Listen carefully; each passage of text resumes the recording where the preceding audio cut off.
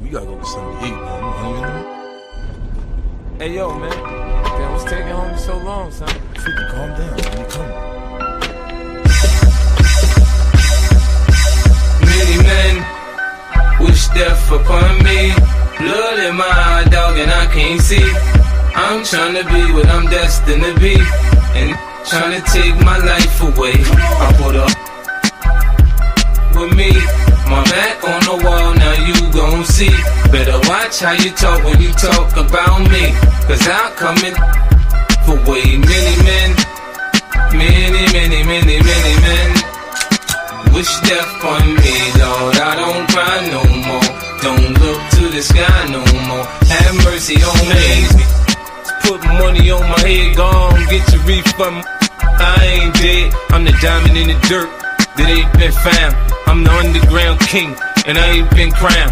When I rhyme, something special happen every time. I'm the greatest, something like Ali in his prime. I walk the block with the bundles, I've been knocked on the humble.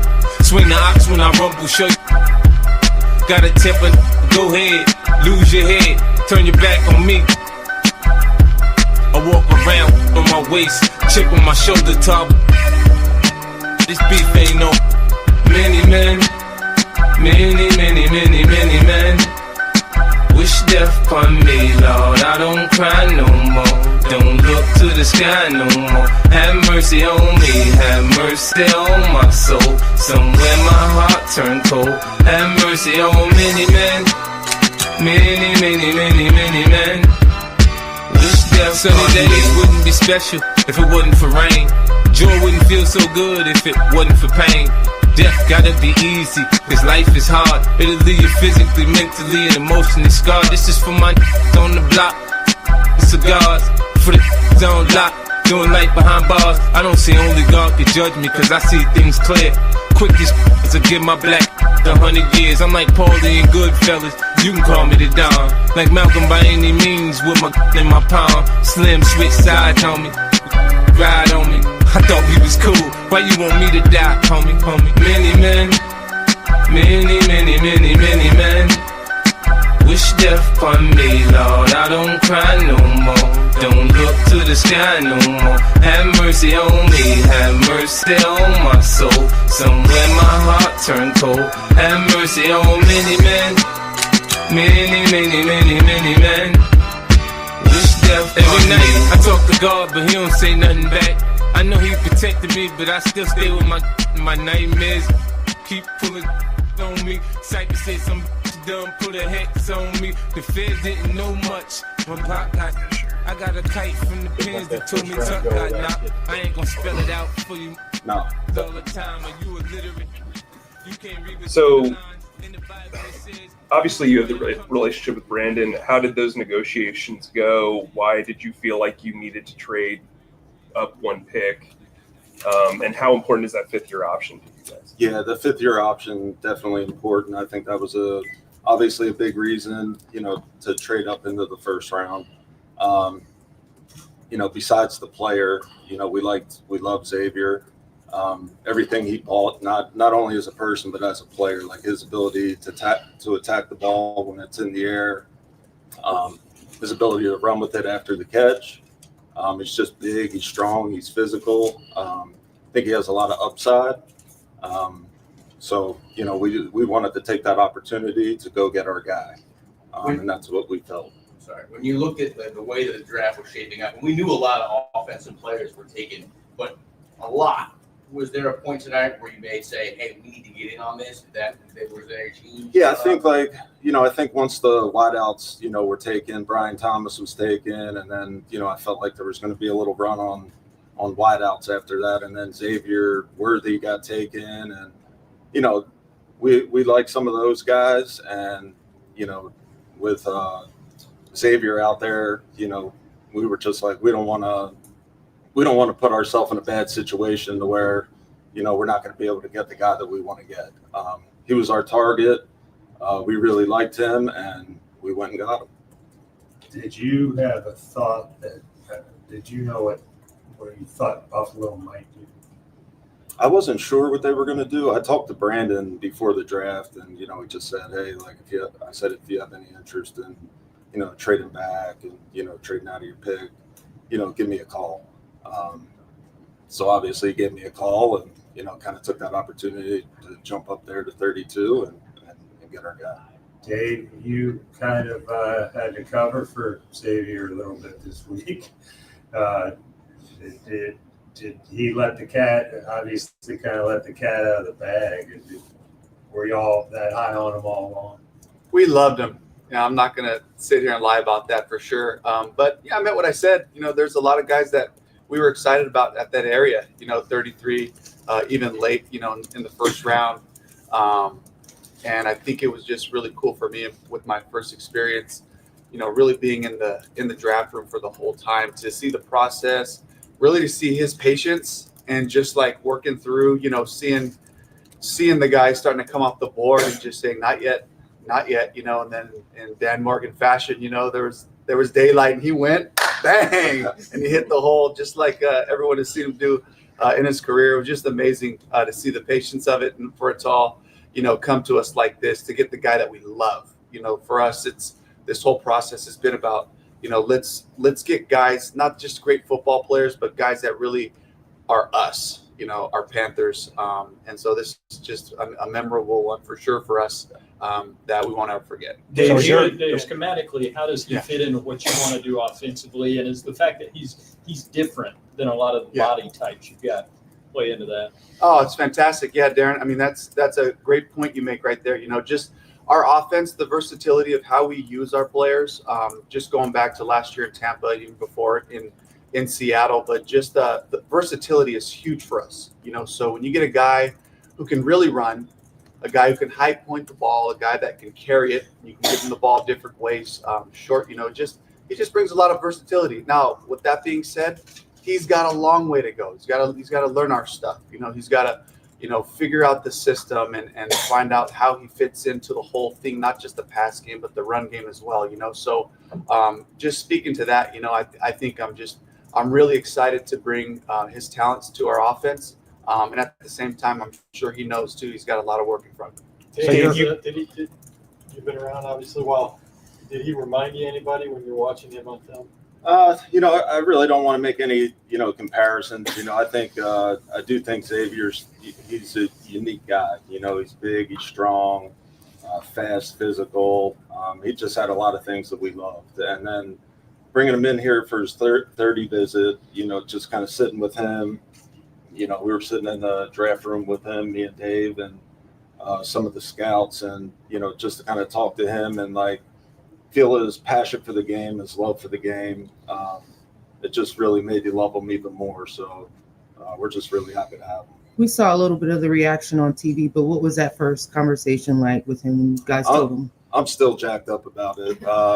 It was loud on his end, so we really couldn't even communicate. And I think we were both just really excited. He was excited, we were excited. It was just a really cool moment, for him and his family. Dave, we talked to you the other day about you wanting to get to know a guy's story, and Xavier's got quite a story in battling through adversity. What did him telling his story to you mean to you as the guy who's going to be pushing him up over these next few years? He just showed self-awareness. He just showed the thing, that I talked about with everybody is just a guy who can reflect on, the challenges that he had each year. He was able to, in a really clean order, just kind of take me to, and then I got to this point, and Dell Loggins, the offensive coordinator at South Carolina, he's a guy that I know, and he credited him for, giving him exposure in a pro-style type of offense, and the way that they used him this past year was impressive. He was able to articulate all that. He was able to teach our coaches what he was doing, what the offense was, and that all that part was really impressive as well. When the video came out this week with him saying you guys told him he was going to be your guy, you said you told 50 guys that. Yeah. But where did he rank on your 50 guys that you told that? Oh, he was high up there because, like I said, it's a combination of the ability to bring an element to the football field, but then also just the fit, the Panther fit, So definitely he was one of the higher guys there, which is why we were willing to, go through the process of talking to teams and trying to figure this whole thing out, So hopefully that answered that. Dan, you all view him as a factor in kick return? Yeah, I think he can do that as well, especially with the new kickoff rules. Just to have that size, that strength, and that explosiveness that he brings.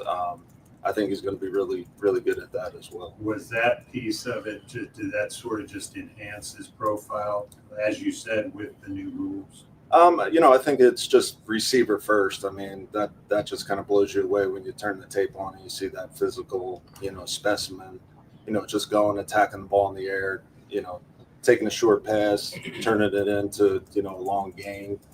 I think that was more impressive than anything.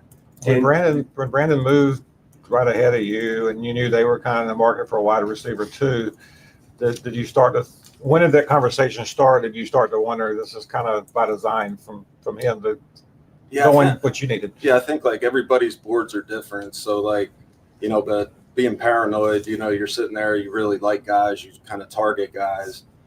So in a way you become a little paranoid. You think people are jumping up to get your guy, and it doesn't always turn out that way. So, thank God, nobody took him, and we were able to get him, and we got our guy, and, he's a great fit for what we do. Dan, you enter your first draft without a first-round pick. You've got kind of picks scattered, and now I don't know if it's by design, but you're going to pick in all 7 rounds. You stay with what you got. How important is that to kind of have like the geography of the board and be able to have your say in kind of each round? Yeah, it's great. It's been a long, hard process. Our scouts have done such a good job. Our coaches have done such a good job, just kind of through the whole process, just the communication. And, we've talked about this the whole time, the alignment, kind of knowing the type of players that we want, the type of athletes that we want.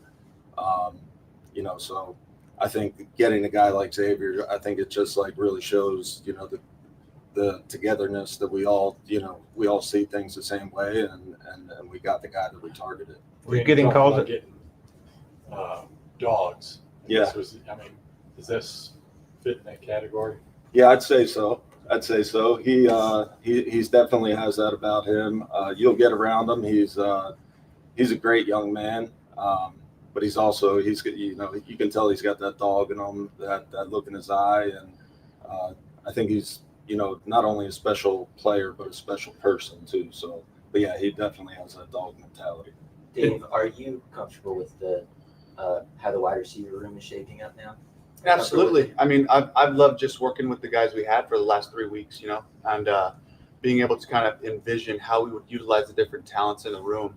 So, we just added another, element to it where, like I talk about this youth, the juice that young guys bring, the hunger that they have, the eagerness to work, just their energy, right? That whole thing, it elevates the whole room, not just the receiver room, but also the offense, just as you continue to challenge our roster with talented guys like this, it's going to be a really cool fit for him as well, just to be able to see how these veteran receivers in front of him work, and you see Thielen and you see Deontay and these guys, they got a way about them, just being on the field this past week.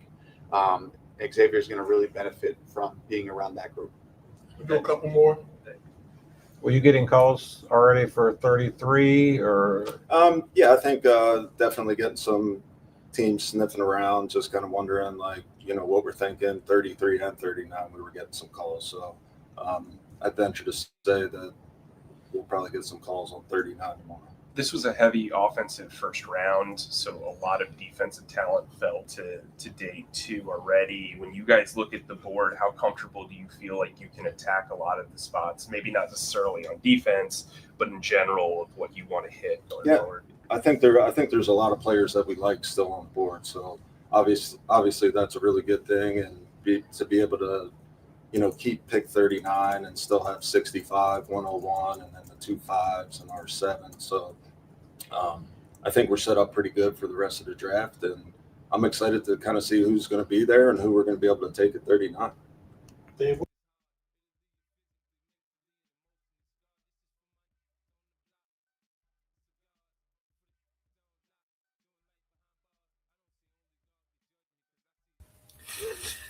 Yeah. And I hope everybody's was able to hear that clearly. Man, y'all see the title of the show, Why hate me? You know, I want to take y'all back of what our GM and owner said about your own Excel is able to get. They said a lot of key things in there. We loved them. We liked them. And that he was going to take a long time to get, you know, everything understood, to process, to progress. And I think that he hasn't really gotten fair judgment. They said it themselves. You heard it from their own mouths.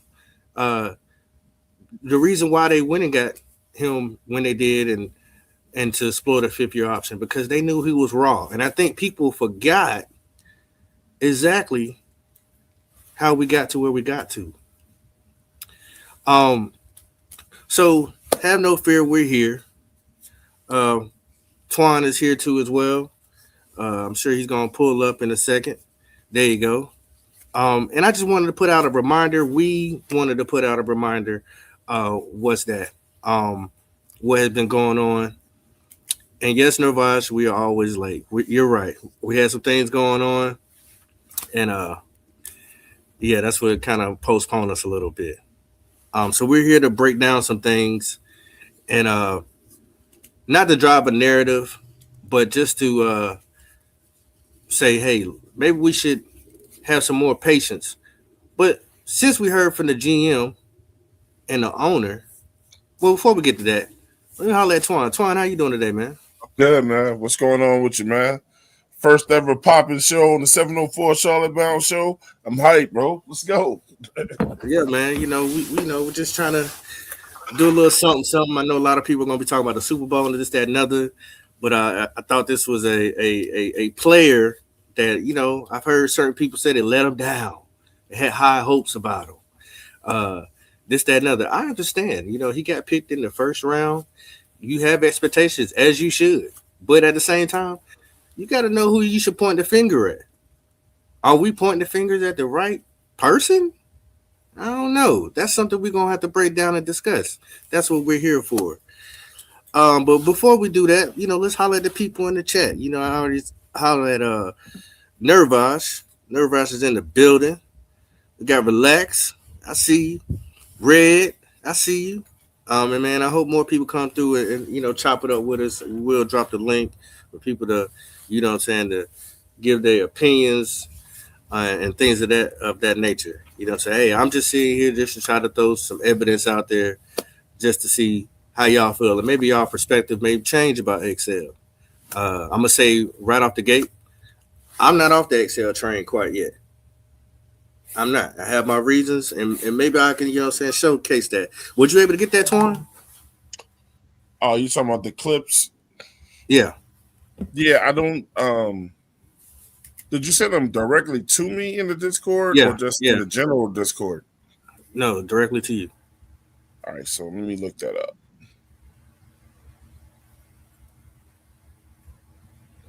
Other than that, man, I hope y'all enjoying y'all Monday after the Super Bowl. The Super Bowl was whack, in my opinion. That was a great Super Bowl, man. And I fell asleep on it. You know what I'm saying? It was so great. It put me to sleep. Yeah. Gotta understand where I'm coming from with it, you know. That Super Bowl was a defensive player's dream, you know, and a lot of people like to see points. They like to see a lot of points. And you know, I think it should be a slugfest in the last game. You know what I'm saying? It shouldn't be so easy to score. You know, so for me, you know, having played defense, man, I mean, I loved it. You know what I'm saying? From what I saw. Yeah. You know, I saw the first half. I saw the first half of the game. Absolutely. I will say you're right. I mean, if you a If you love defense, that was your game. Yeah. Right. That was the one for you. I mean, Seattle put the blueprint. You know how people talk about the blueprint of the Eagles. Man, that was the blueprint for the Seattle Seahawks of what your defense should be looking like. But yeah. And ours is not close. That's something we'll have to talk about later, but whew. Yeah, absolutely. We'll get on that later. That's the blueprint right there, bro.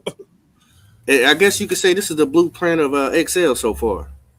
How about that? You know what I'm saying? This is just the draw out. But before that, let's actually hear. He spoke recently, and we'll pull that on up. You talking about the Cam Newton? Okay. Yes, sir. Get into it.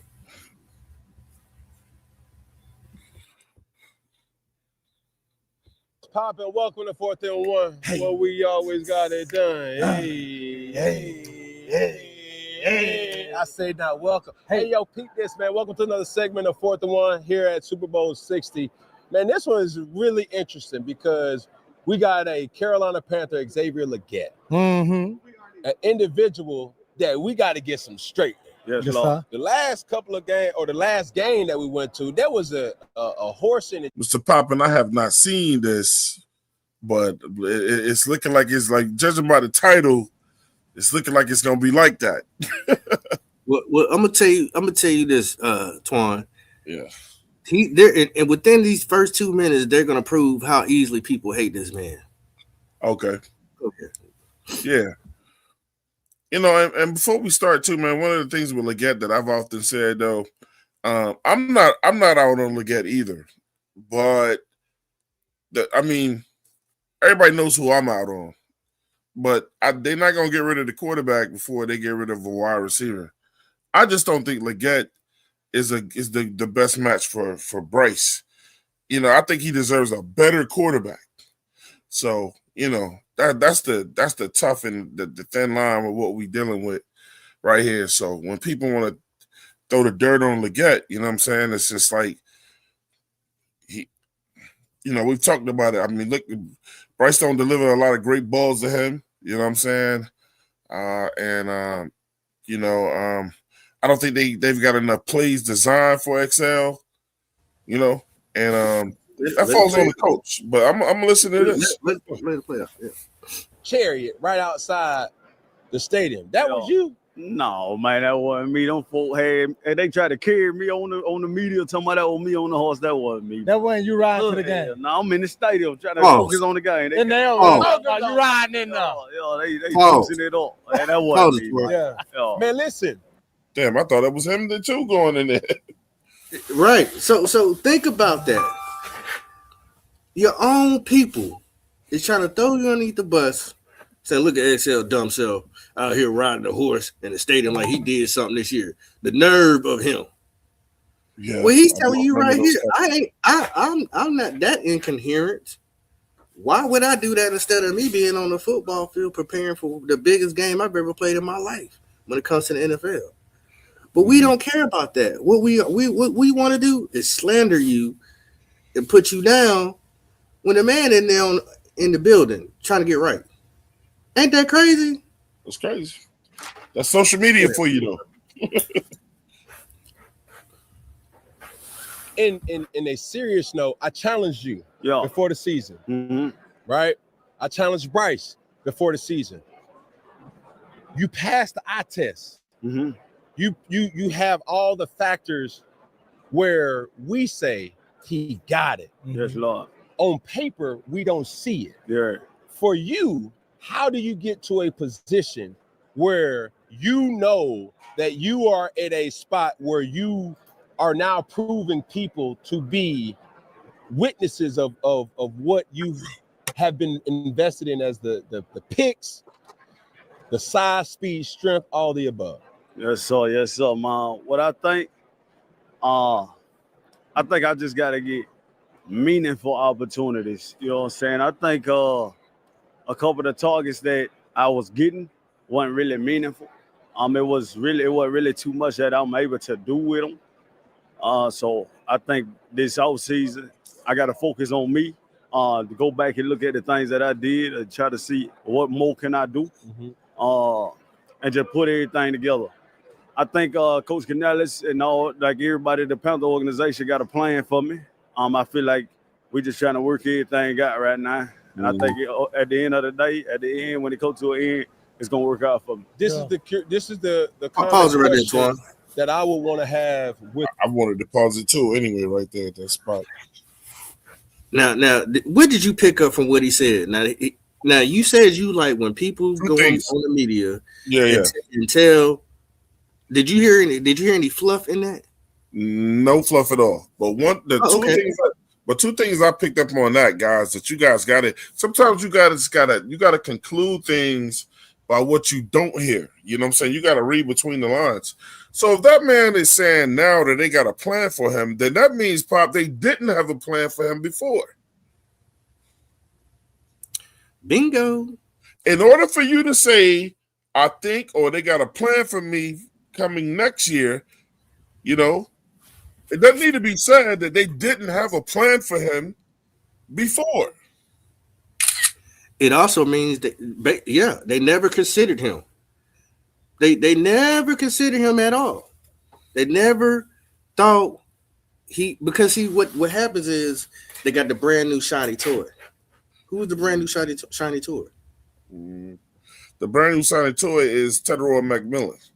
There you go. Which is fine. There's no problem with having the brand new. He's gonna be the golden toy. I mean, he should. But that's fine. That's fine because the previous year you just said how much you loved who and liked him excel. You put him on the back burner. And there's nothing wrong with having a Ferrari and having a Corvette. There's nothing wrong. You can have both, but you can't forget to use both of them how they're supposed to be used. Correct? Correct. But we got the boy MDJ in the building, man, joining us on the Pop and Bullet show today. MDJ, what's going on, bro? Ain't nothing, man. Audio good, bro? Good? Yeah, audio good. Everything good, okay. Man. Yeah, cool. Hey, MDJ, man. Hey, shout out to Pop today, man. Pop first show on 704 Charlotte Bound Show, man. We're going to show him this love, man. Yeah, man. Hey, Pop, don't fuck up, man. But I ain't putting no pressure on you, man. So don't fuck up. Appreciate it, man. Thank you. Try not to break so far, so good. Everybody's watching. Don't fuck. Yeah, don't fuck up, man. Don't fuck up. It's like that one time, you know what I'm saying? I was in middle school. Dude missed the shot. I had an open lane that run all the way down to score the layup. Everybody's like, go, go, go. And I bricked it. Boy, you talking about embarrassing. Nah, man. Game winning shot. No, but you got it, man. I just, I'm here to support, bro. Yes, sir. I appreciate it, man. How far have you heard so far? I heard the whole thing, man. Okay. All right, let's keep it rolling. Go ahead, Twan. Okay. Oh, well, hold on. Did you want to break down any of that he just said? You talking to MDJ or me? MDJ.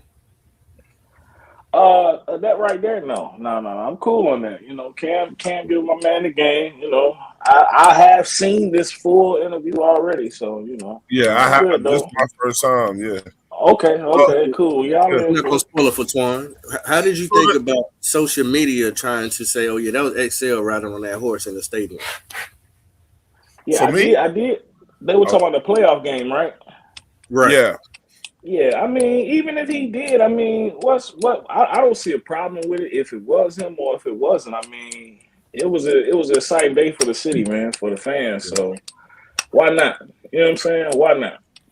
If it was him, I thought it was dope. I thought it was dope if it wasn't.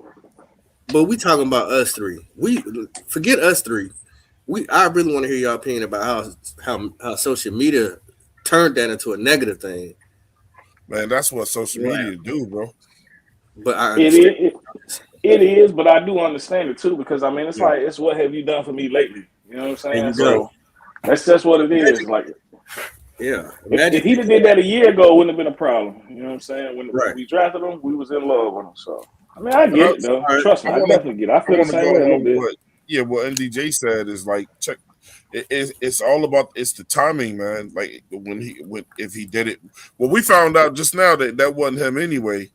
But you know what I'm saying? You gonna have if it was him, you gonna have people that loved it. You gonna have people that didn't like it. You know what I'm saying? Based on they play, and it's just like one thing I learned about life. It ain't not even just football. Is when people don't like you, for whatever reason, they're gonna find out more reasons to not like you every time you do something. So, MDJ, what did you thought about the part where he said how they wasn't using him? In my honest opinion, I feel like he's had the same opportunity. He had the same opportunity as Ted had this year. Honestly, it just didn't go the same, in my opinion. You know what I'm saying? As far Like the amount of throws he was throwing. It's not about. I mean, it's about what do you do when I do get it to you. You know what I'm saying?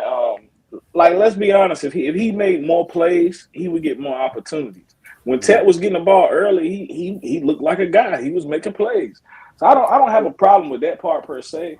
But let's not act like he wasn't given an opportunity. He's always been brought in here to be the third guy. Well, this year there was way more room for him than ever. Like Adam Thielen was gone. Adam Thielen got hurt.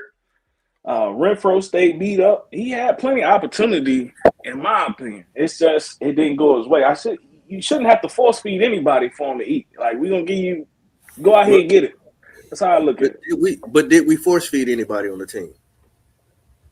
I don't see. If that's what you want, if that's what you want to call force feed, yeah, we did. No. If that's what you want to call it, for sure. Just stay with me. So, because in my mind, I'm not saying that the number one shouldn't get more targets. That's not what I'm saying. What I am saying is that even though you're saying you're getting the opportunity, you give me the opportunity to step in some dog doo-doo doesn't.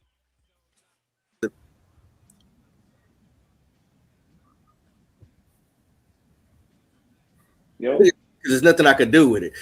The coordinator / Canales should be trying to put all his wide receivers in the best situation. We have not talked. We've talked about Jimmy Horn. Did they use Jimmy Horn and put him in the best opportunities? Nah, but I'll say no with Jimmy Horn. But the thing is this. But let me say this: Jimmy Horn is wide receiver 4.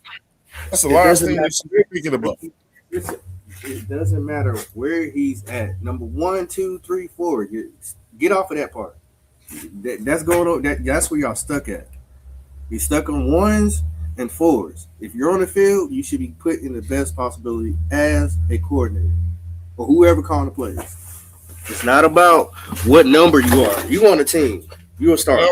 No, Pop. I'm gonna say this. I think MDJ would agree too. It doesn't matter what position. Like if wide receiver 1, you're gonna get the most throws. Number 2, it could probably go either way in that game, depending on who's hotter, 1 or 2. But 3 and 4, they're not gonna get the same looks. I'm not asking about how many throws you got. I'm talking about putting you in the best situation to win. If I go to you, I should be putting you in the best situation to win. Just like Pop, I'm gonna say this. I don't know why this analogy popped in my head right now. I'm gonna use this though right here, right? So we people like Batman, right? When the bat signal go up, Batman come out. He don't say, "Hey, shit, I'm gonna let Robin do it." It's a reason. If the best wide receiver on our team get the most catches, in my opinion, right? The second best wide receiver on our team gonna get the second most catches. It don't matter what play drawn up or who is where. That's just how it's gonna go, and that's how it goes on every team. That's how it is on every single team. I mean, and most of those throws been thrown to our wide receiver 1 that converted into offensive rookie of the year. Okay. But I don't know if we're gonna get into it though. Excel did a lot of bonehead shit this year too, man. He not on the. I'm talking about. I got. Do you have it? I sent it to you? Do you have it? Oh, hold on. Go ahead. Let me pull it out. See if do you have it? Because if you have it, we could dispel all that.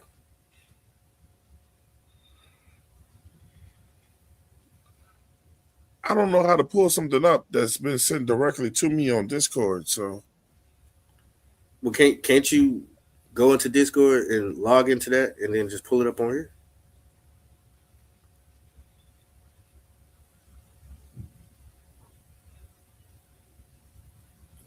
Just keep talking. Let me figure it out. Well, go ahead, hit play. Just just hit the video. All right. Play it while we're listening through. While we wait. For you and the investment that has been given to you, how would you want to be used that you haven't been used yet? It's time for pick. Ali. Yes, take our final pick. Believing in Drake. You know what I'm saying? Him, Stephon Diggs. And I think a couple of the targets that I was getting one witnesses of what you heard. For you, how do you get to a position where you know that you are at a spot where you are now proving people to be witnesses of what you have been invested in as the picks, the size, speed, strength, all the above? Yes, sir, man. What I think I just gotta get meaningful opportunities. You know what I'm saying? I think a couple of the targets that I was getting weren't really meaningful. It wasn't really too much that I'm able to do with them. So I think this offseason, I gotta focus on me. To go back and look at the things that I did and try to see what more can I do. And just put everything together. I think Coach Canales and all, like everybody at the Panther organization got a plan for me. I feel like we just trying to work everything out right now. And I think at the end of the day, when it comes to an end, it's gonna work out for me. This is the common question that I would want to have with my receivers. For you and the investment that has been given to you, how would you want to be used that you haven't been used yet? It's time for pick. Hold on, one time.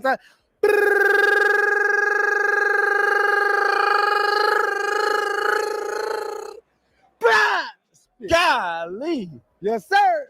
Well, No. See, so in the biggest picks in before the big game. And shoot, I just That one was that prize picks. All right. Man, shoot, I just say, man, I know it ain't college no more, but at the same time, it's football. And I'll say I want to be used the same way I was used my last year in college.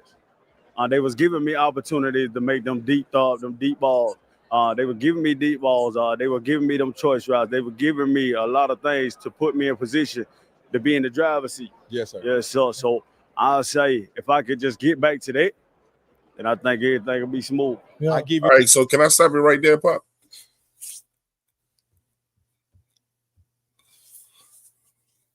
Hello?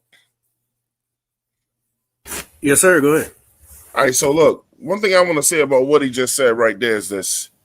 He said he want to be used like he was used in college. He said they gave him those opportunities to throw those deep balls, you know what I'm saying? And I 100% agree with him, though. But one of the things that I had an issue with when we picked XL up, when we picked him, because I wanted my guy from Florida State, because I felt like with Bryce being the quarterback that he would fit better, and I thought that Leggett was a beast up the field, way up the field. But I was like this: we was constantly talking about Bryce and Bryce having a noodle arm. You know what I'm saying? A lot of people think he can't throw the ball far like that, and then a lot of people think he can't. I don't think he can do it consistently and accurately. You know what I'm saying? If somebody's wide open, that's one thing. But like throw a guy open way up the field. So I was like, why are they getting Leggett if Bryce is going to be the quarterback? Because y'all got Bryce throwing all these, Bryce lives in that 5-yard to 15-yard range. You know what I'm saying? And they had they had a quarterback with a big arm that was throwing him the ball in college. And I don't think Bryce got the arm to throw that man that ball like that. You know what I'm saying? So why go? That's why I don't believe in a lot of times of getting best player available. You got to get a guy that fits your scheme. So why go get him when y'all know Bryce can't throw that shit like that? That's putting XL at a disadvantage. Can I say this though? Like with what XL said, what they did with him in college, right? So if you compare that to what we did with Tech this year, would you say that that's force feeding him, Pop? Were they force feeding XL in college? In college, yes. So But to be honest with you, why should if you could just give me a logical reason as to why we should force feed XL instead of force feeding who I guess if you want to say it's force feeding Tech, why should we force feed XL as opposed to force feeding Tech? I never said force feed XL. No, I'm saying You already know. I'm only saying that you said we were force feeding Tech. You already know my slogan is that he don't throw to nobody that's not light skinned. If they ain't light skinned, Bryce don't throw it to him. Come on, man. No, that's my stance. But before I answer that question, let's shout out Jermaine JP. But that name JP is popular right now. Well, unfortunately, he ain't the JP that's going to prison. Holla at you, JP. Thank you for the $10 super chat. He said nothing wrong with Tech getting 10 targets a game as wide receiver 1. But if you're getting Bryce 25 to 30 attempts a game, where's the other 15 to 20 passing targets a game going at? Certainly not to XL. And I'm glad you said that. I'm glad you said that. But no, I think y'all missing my point of what I'm saying about targets. It's not the fact that I want XL to get predominantly the targets. He shouldn't. He's not the number one. Y'all are getting stuck on 1, 2, and 3. Take that out your mind. Just put it on the side for a minute. I'm talking about the type of targets he's getting. He is not being used correctly, and he's not being put in the right situations to win. He's not. So what situation should he be put in to win? That's for Canales to be using him to figure out. But hold on. But he just told you what he's best at up the field. Well, That's see, what the he one wants. thing is the one thing the film don't lie. Yeah. And I've seen XL wide open several times, but like JP just said, if you're throwing the ball 30 times and one wide receiver is getting to 25, the other wide receiver only gets one a game, you can't tell me that you're using XL, Jimmy Horn, or anybody else in the best situation to win. From a fan perspective, from a Panther perspective, you can't say that. If one person's getting 10 targets a game, cool. And another person is only getting 2.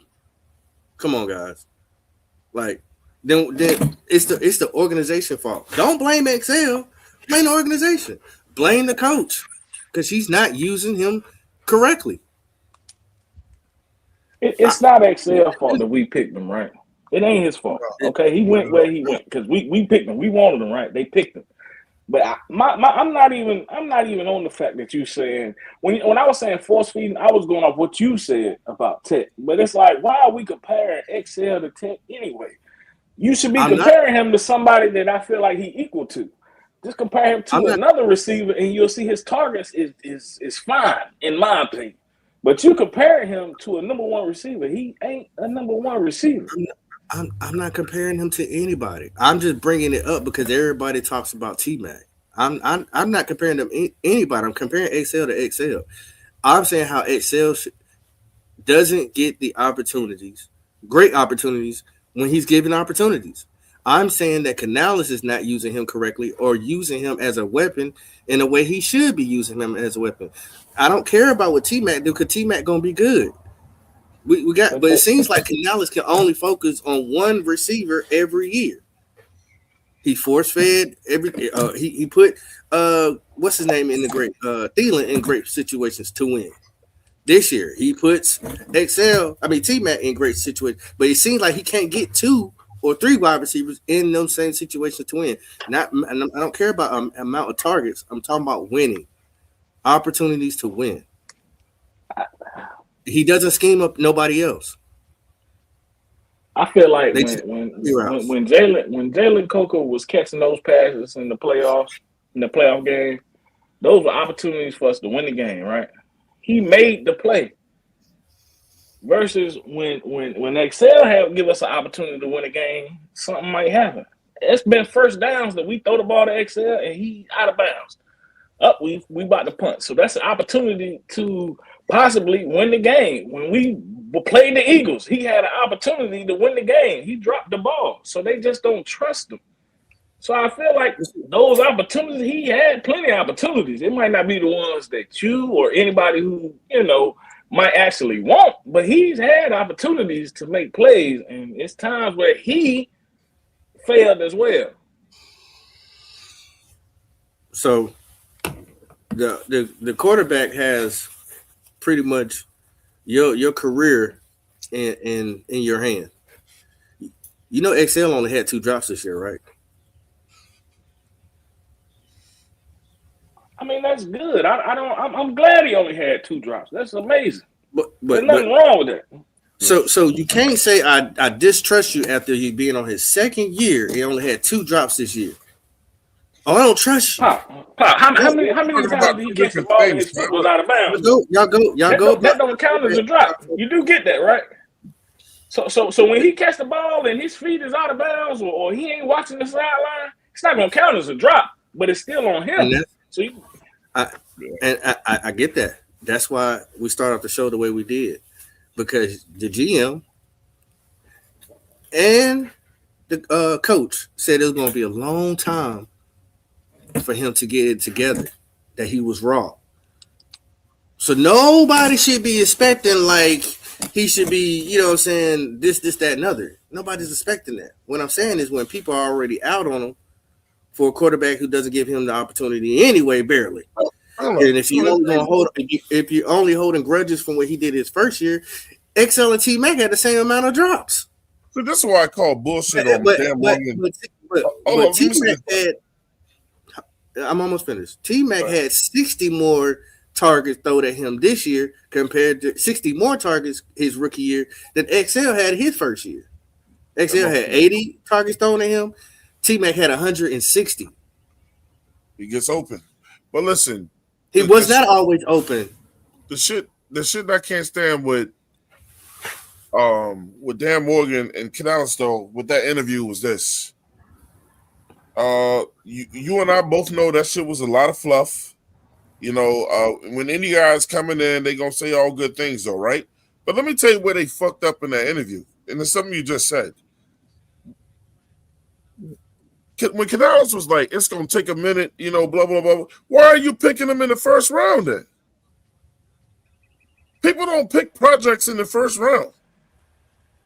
Hey, Pop, can you tell me what you just said one more time about the first year stuff? Tell me what you just said. I talked about the targets that he had. Yeah, with the targets. Yeah, the first year. Yeah. The first year, I believe he had 80 targets. 80 targets, all right. Now, as far as a wide receiver, what was he the first year? Was he the number 1 wide receiver?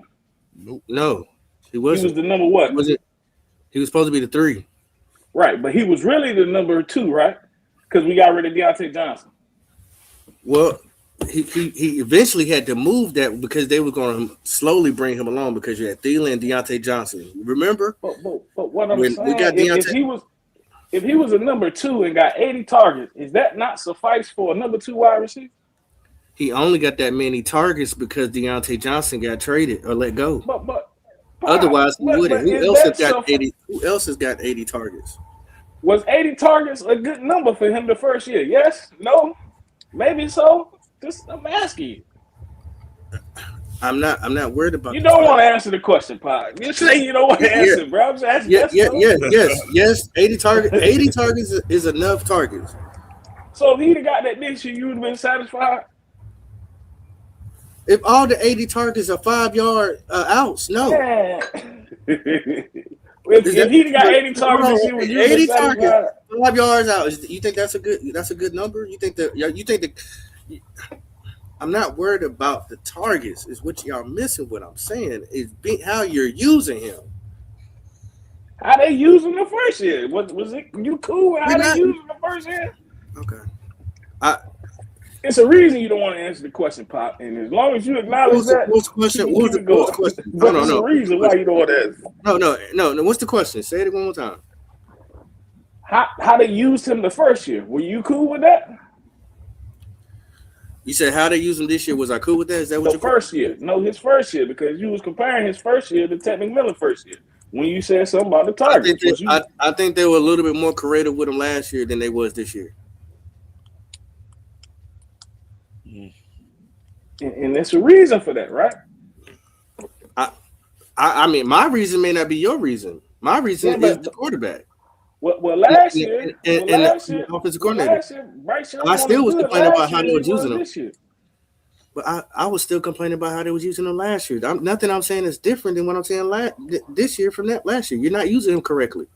But I'm going to give you a whole bottom line stat, right? Because and you mentioned the first year versus the second year, right?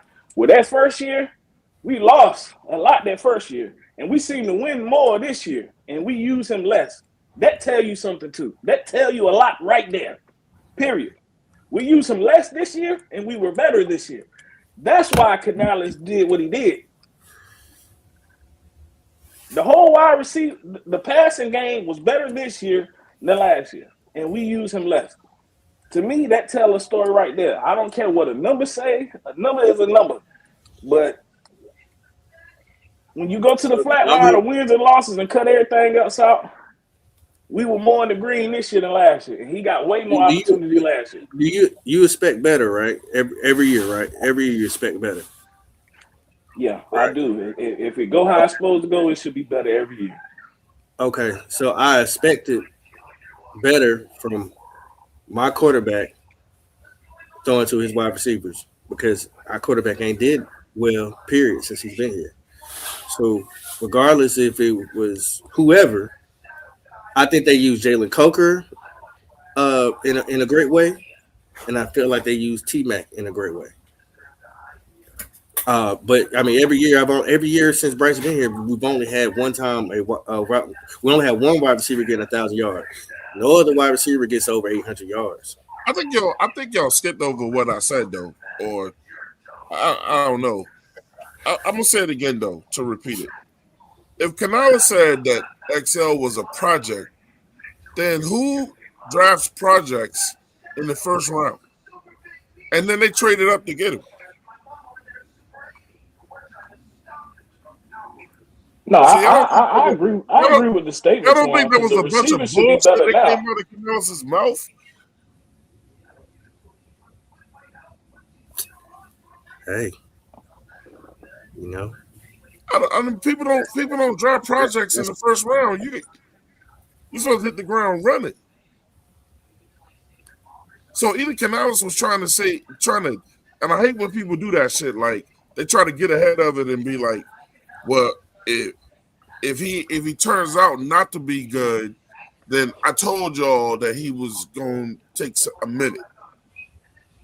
Opposed to just getting behind your man or saying, well, what he couldn't say is that we went and got this man, and I know the quarterback that we got might not be a good match for him. And I don't think Canales can coach this shit away. Because I think Bryce Young and XL is a bad match.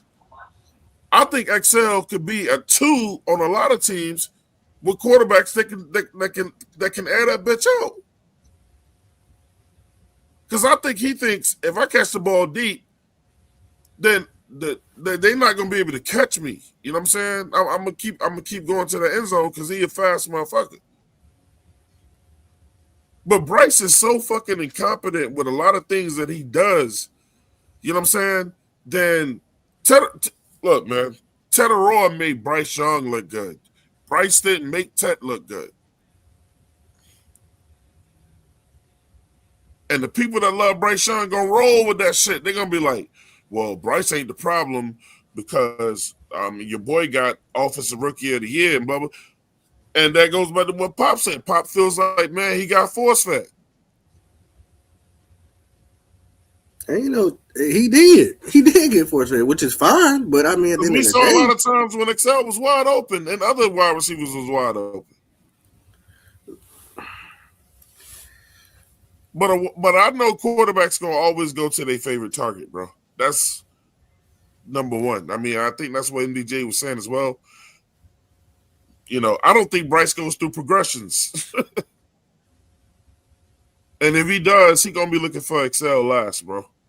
It's not fair for XL to have to play on a team with a quarterback like that. So now what I'm hearing from him, they're going to have to call plays for him. They're going to have to scheme him up. Which Canales should have been doing already. And I go back to what Pop was like. Canales found this golden goose. Now he going to act like he ain't got no other receivers on the team. That's Canales. Let me break something down with y'all real quick. Just to maybe just enlighten just a little bit. And you got to understand, Coker weren't here the whole time either. No. Coker weren't here the whole time. So you had who you had out there. Jacksonville game we played, 3 targets. Arizona Cardinals, 1 target. Miami, 2 targets. Dallas, 2 targets. We talking about Excel. Excel. That's crazy. New York Giants, 9 targets. Buffalo Bills, 2 targets. Green Bay, 1 target. The New Orleans game, he wasn't there. Atlanta, 4 targets. San Francisco, 3 targets. LA Rams, 1 target. New Orleans, 2 targets. Tampa Bay, 1 target. Seattle, 1 target. Tampa Bay, 3 targets. LA Rams, 1 target. Now tell me you getting a whole bunch of opportunities, brother. Did you hear how many 1, 2, 2, 2, 1, 1, 1? Come on, bro. He did last year. This past year he didn't. That's my point. But you remember when we had that show? You remember we had that show when they said Bryce Young? When they said Bryce Young picks his plays before the game? How many plays is he picking for Excel if he's actually doing that? That's what I'm trying to tell you. You can't tell me, oh, I don't trust you when I only dropped 2 balls and I dropped just the amount as your number 1 golden goose. Okay, fine, cool. It doesn't matter that he got less targets because he should get less targets. But how can I get in the game if you're only targeting me 1 time a game? And you can't say that he was Twan, do you have the video? That's what we need to know. I don't. I can't pull it up on Discord. I just feel like those complaints are complaints that usually on teams the number 1 receiver has. The number 2 receiver don't have them kind of complaints. Like, I don't know why it's an issue in Carolina. For the record, I don't think it's a problem with Excel's play. I don't. I just wish he would focus on like the sideline and those opportunities that he do get. I do want him to be better at that. But as far as him being like Robin the Batman, I don't mind it. I don't care if he gets 60 targets, 70 targets. He should have the 2nd most targets on the team, which I feel like he has. I don't know for a fact, but I feel like he got the 2nd most targets on the team. I don't see where it's a problem. I feel like people who say that it's a problem are giving him like a pass for like and complaints that a number 1 receiver would have. We got a number 1 receiver. Like, you don't hear Devontae Smith complaining about no damn targets or T. Higgins. Like, and I do know they get way more targets and they got way better quarterbacks. But you in Carolina, bro. Bryce Young ain't going to give you them kind of numbers. If you expecting it for no fucking reason, and I think you the problem. That's my point, though, MDJ. That's not fair to him, though. That Bryce, look, man, you go to a team, you think you're going to be dealing with a competent quarterback.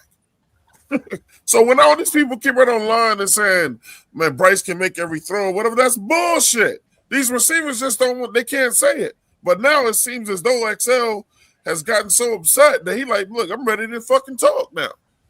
I'm glad these players speaking up. Like I said, it ain't his fault where he got picked, but I don't think that's the vision.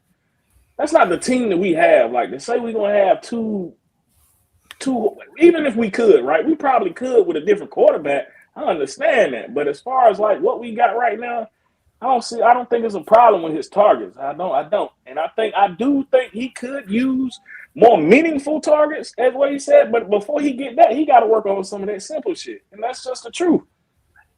So 1 target is because, like I said, I got the clip.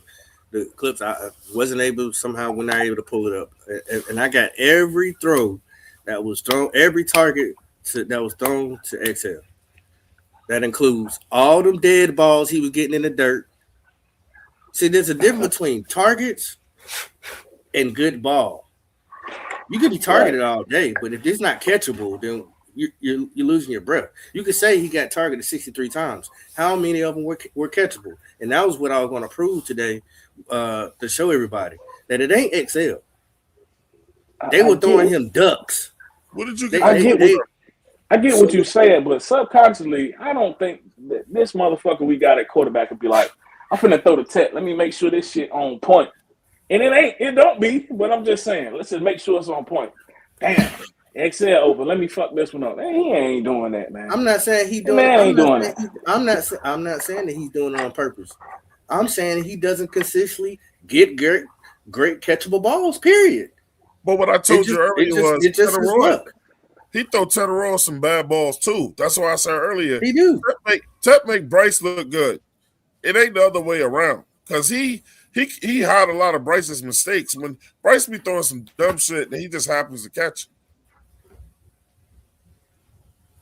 But I don't think it's fair that XL is playing on this team with a quarter. Look, man, and he gonna be 3. Look, if Coker stays healthy every year, he ain't beating him out either. So I mean, I don't know how this is gonna work out, bro. You know, and MDJ said it. Most teams got like they 2 major targets at wide receiver. So for right now, maybe XL might just have to if he gonna play with the Panthers, just get in where he fit in. No. What happens is it's gonna happen is that they'll come off of him. We'll get somebody else. Let somebody else because Bryce doesn't give them targets or has the arm strength or the consistency. People will be complaining about that person too, because Bryce Young has your career in his hands. You hear it in this interview how he is frustrated. Right. There's tape out there. Y'all can go on Instagram, X, playing video of XL wide open. Actually, MPJ sent me one. T-Mac, XL wide open. Remember the Cowboys game, y'all? He was wide open in the corner. Oh, you sound far away. So yeah, in that playoff game, he was wide open. Tevin Miller was wide open. Could have pretty much won the game. He was wide open. So I mean, it trust me. Does he do goofy stuff? Yes, but we knew that he was raw. So that's the excuse you can give him. We knew that. I'm not talking about his targets and none of that. I don't care about his targets. I'm saying put him in opportunities to win. Are you scheming him open? He clearly just told y'all they're not. Yep. He says it on the tape. I think we're coming up with something to get me more involved, this, that, and other. Why does he have to say that? Because Canales ain't doing it. There you go. And Bryce ain't trying to either. Even though he knows where everybody's supposed to be, he sits down with the court with what's his name over every game plan. He comes up where he wants his wide receivers to run, things of that nature, and he still don't get a man a ball. So does he call Bryce out in this interview? Basically, that's what he's doing to me. Let me hit play on this shit real quick, man. I'll give you a different perspective as well, too, that a lot of receivers don't understand. If I could give you a piece of advice, lock in with your quarterback. That's real. Simple. When I mean lock in, it ain't reps. This has nothing to do with physical. The reason why me and Greg was so effective, one day a week, me and Greg will watch film. And it wasn't watching film where, like, bro, after practice, Greg knew I was still watching film. He would come in as I was watching film and ask this simple question: what you see? Right. Oh, you see it like that? Oh, I'm not open to you. But Cam, I am open. Right. Give me an opportunity. Those type of rapports don't happen as much as great people advice. think from the receiver to the quarterback position. And from the quarterback lens, it's always where, bro, I gave you one slant, bro, you were strapped. I gave you another one, you may have slipped. I gave you another one and you just dropped it. That a quarterback loses confidence just like a receiver loses confidence in the quarterback's accuracy. No, I agree with that. I agree with that for sure. I feel like that do play a big part in the game. And I feel like And that part of in that aspect of it, I do lack in that part because I don't go have sit downs with Bryce as much as I should. So I agree with that. So, and even knowing this, well, damn, bro, that's part of the problem. But he acknowledged that though. That's So going that's forward. Yeah, that's on him and Bryce though. He acknowledges it, so it can be corrected. Yeah, it can go either way. Bryce should be coming to him too.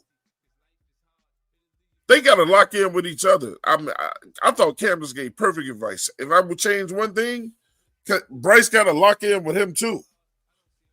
Facts. If they not doing studio sessions with each other where Leggett can show, look, man, blah blah, and then again, people pop get on me about, look, bro, if you that's why you need motherfuckers like Cam in your locker room.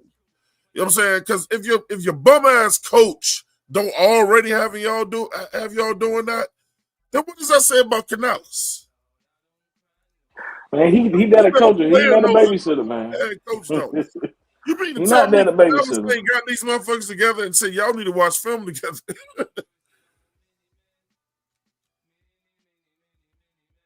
That's crazy, bro. No wonder them motherfuckers ain't saying out. They don't even look at film together. That's crazy, bro. That's crazy. Y'all can say what y'all want to say about Cam Newton. That's why you need a motherfucker like him on your team, bro. Head coaches don't know it all. I had no idea they weren't watching film together. That's crazy. But he admitted it.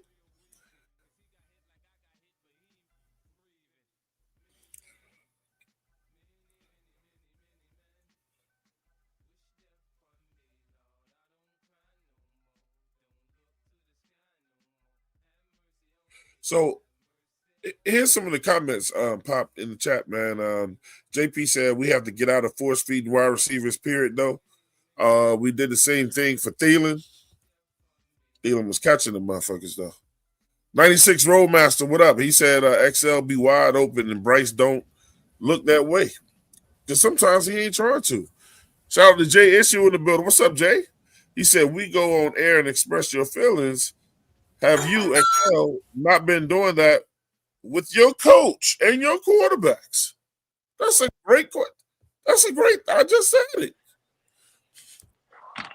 They got a communication problem with Carolina then, man. They do, bro. Motherfuckers is going home mad at each other and they not talking about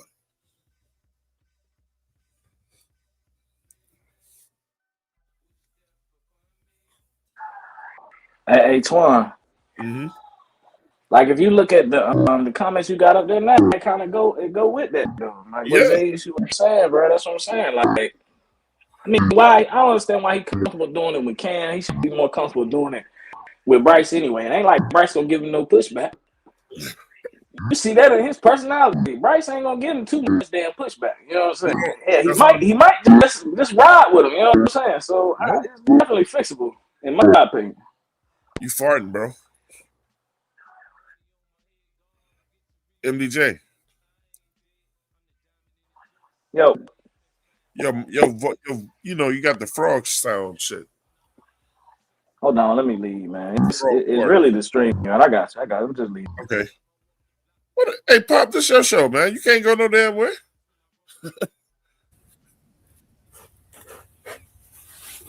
Say what now? This is your show. It's breaking up. It's not coming in clear. You need to go out and come back in? Might have to. Shout out JP. JP said at 94 Romas, he said, I know Poppin just put me in the class of a woman beer. I don't know what that is. I said, JP, they own me in the other chat because I say Bryce still the issue. He is. And that's the whole point. That's the whole point. I keep telling y'all, bro, that man can't to his best with that quarterback. When you listen to this interview, you will hear so much evidence about what's going on. And I give him a round of applause for admitting to what he needs to work on and things of that nature, because that's big of him. But at the same time, I have to point my fingers at the two guys with the targets, and that's Bryce and Canales. Yep, I have to. These guys not communicating, man. I'm telling y'all, I haven't played the game. You really don't have to look at they not. It's not even just him and Bryce not communicating. I'm telling you, him and Ted ain't communicating either. When I'm saying that shit, because if XL ain't went to other receivers at this point, and if he ain't like asking them for advice, boom, do y'all think y'all receiving XYZ, or is there something going on where he feel like he can't approach the other wide receivers or whatever? I don't know what's going on in that building, but they got a communications issue. Because if you coming outside the building, you know what I'm saying, this should make Canales look worse than he already looked. You know what I'm saying? And you're asking, and Cam is giving great advice. But I agree with y'all. When you're leaving your building to ask Cam and talking to Cam about this stuff, but you ain't discussing it in your own building, Canales can smile all he want to and get up there and do all that bullshit ass talking all he want to. These motherfuckers, all these players don't trust you. Or they don't all have the same faith in you that these fans think they do. I say Excel should go get the motherfucking best advice he should get from wherever the fuck the shit is coming from. But at least he put his shit out there. He put his noise out there. Most players ain't gonna do that.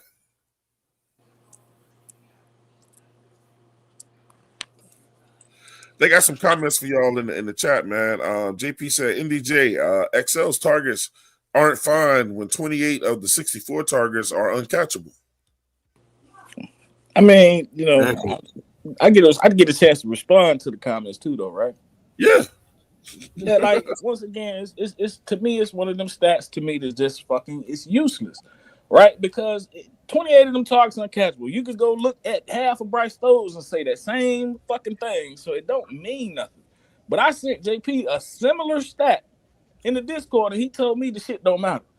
Bryce Young had the most catchable deep balls this season in the NFL. If I'm lying, go look it up. JP, hit the link, bro. The stat don't mean shit because Bryce ain't shit. It don't mean shit, but it's still a stat. So it don't tell the whole story. It just tell the part of the story that you want to put the magnifying glass on. That's what it put. How many of them targets was catchable that his ass was out of bounds in? But you ain't send that shit in, did you?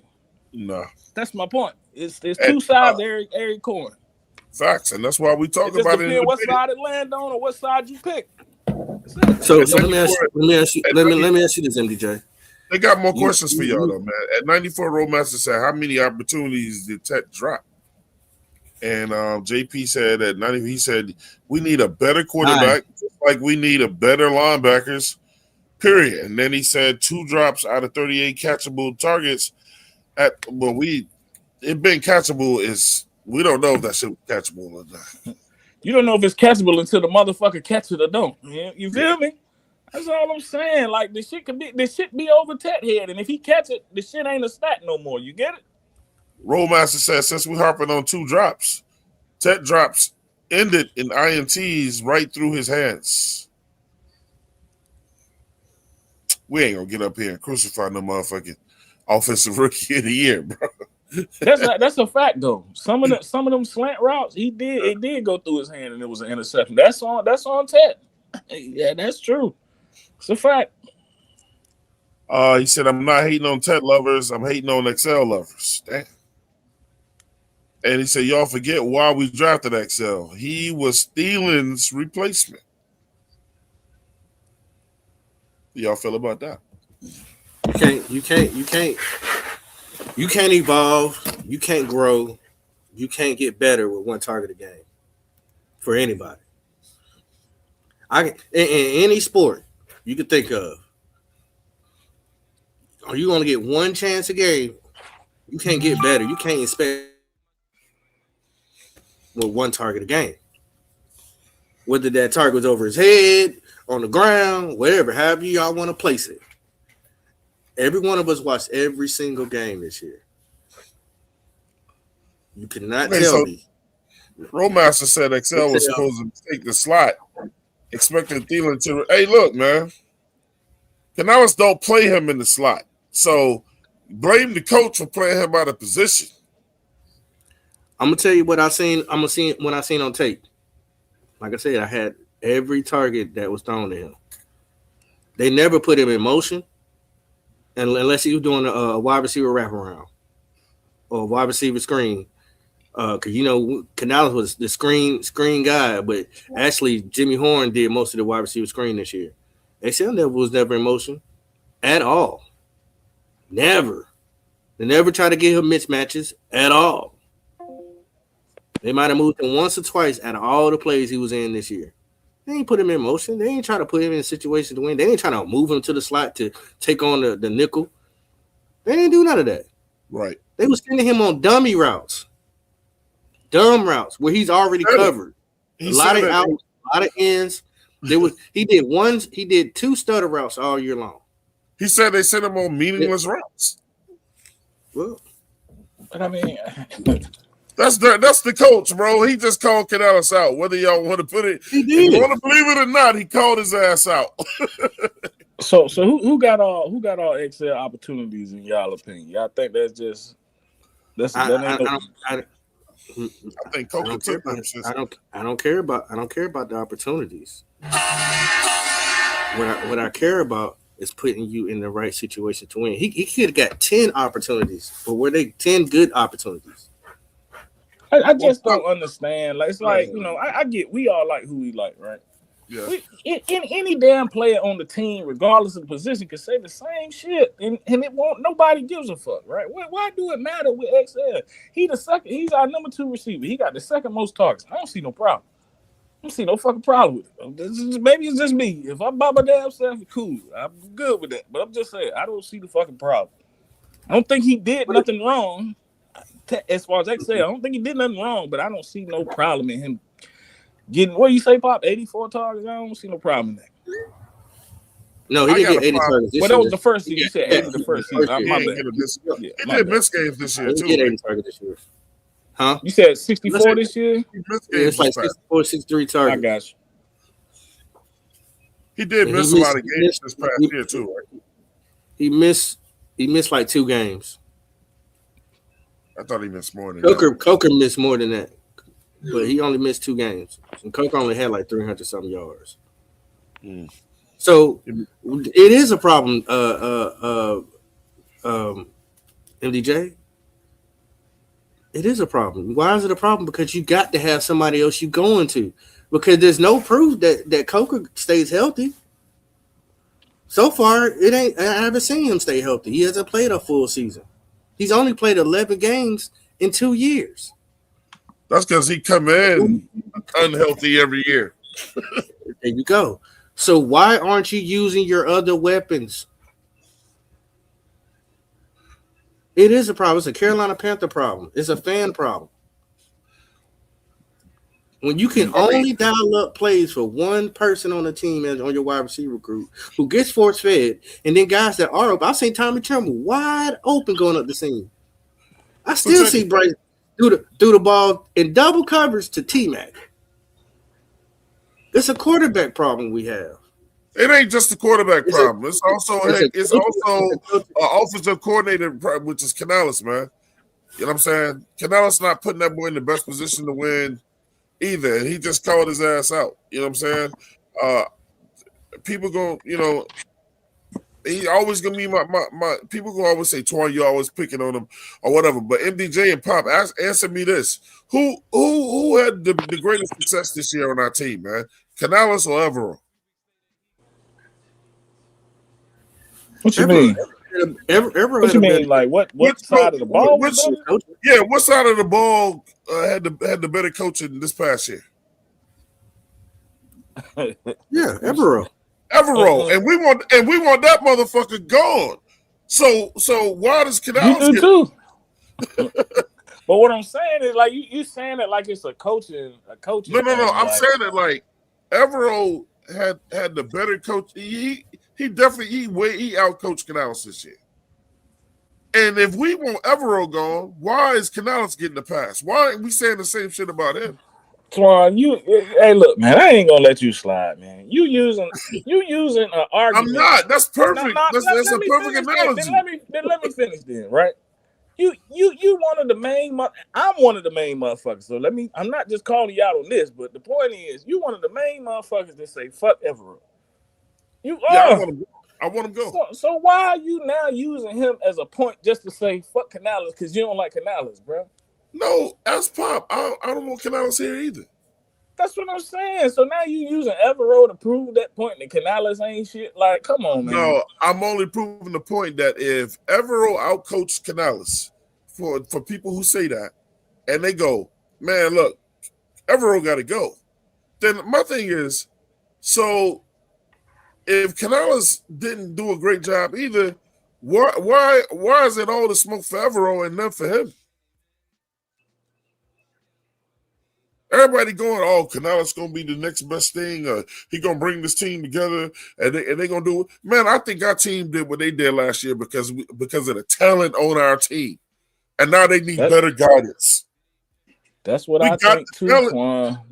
But you can only deal with what the fuck you got. You got to play your hand, right? Facts. Absolutely, I agree with you. Facts. All right, then. Well, he got a keep quarterback calling that's this gonna give you what you motherfucker got. out. I'm gonna keep calling That Canales quarterback out. gonna give you what Still you got doing this year, dumb man.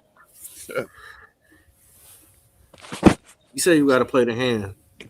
So the very time that person play his hand, he reneging DJ. He can't be my partner, bro. You mean to tell me Canales ain't got y'all in the film room watching film together? That he ain't absolutely demanding that shit of y'all? So y'all can be on the same page? It took Cam to tell him, look, you got to get locked in with your quarterback. You know, blah, blah, blah. Y'all got to watch film together. When Bryce tries to go to try to tell you, I didn't throw you the ball because, then you'll be able at that moment to go, but nigga, I was open. You didn't give me an opportunity. You were so ready to get that ball out your hand. If you waited a second, I'd have been wide open. I'm telling you, you, Pop, they love that little motherfucker so much.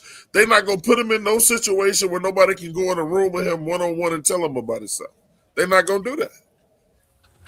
I'm telling y'all about a future problem if they don't get things under control.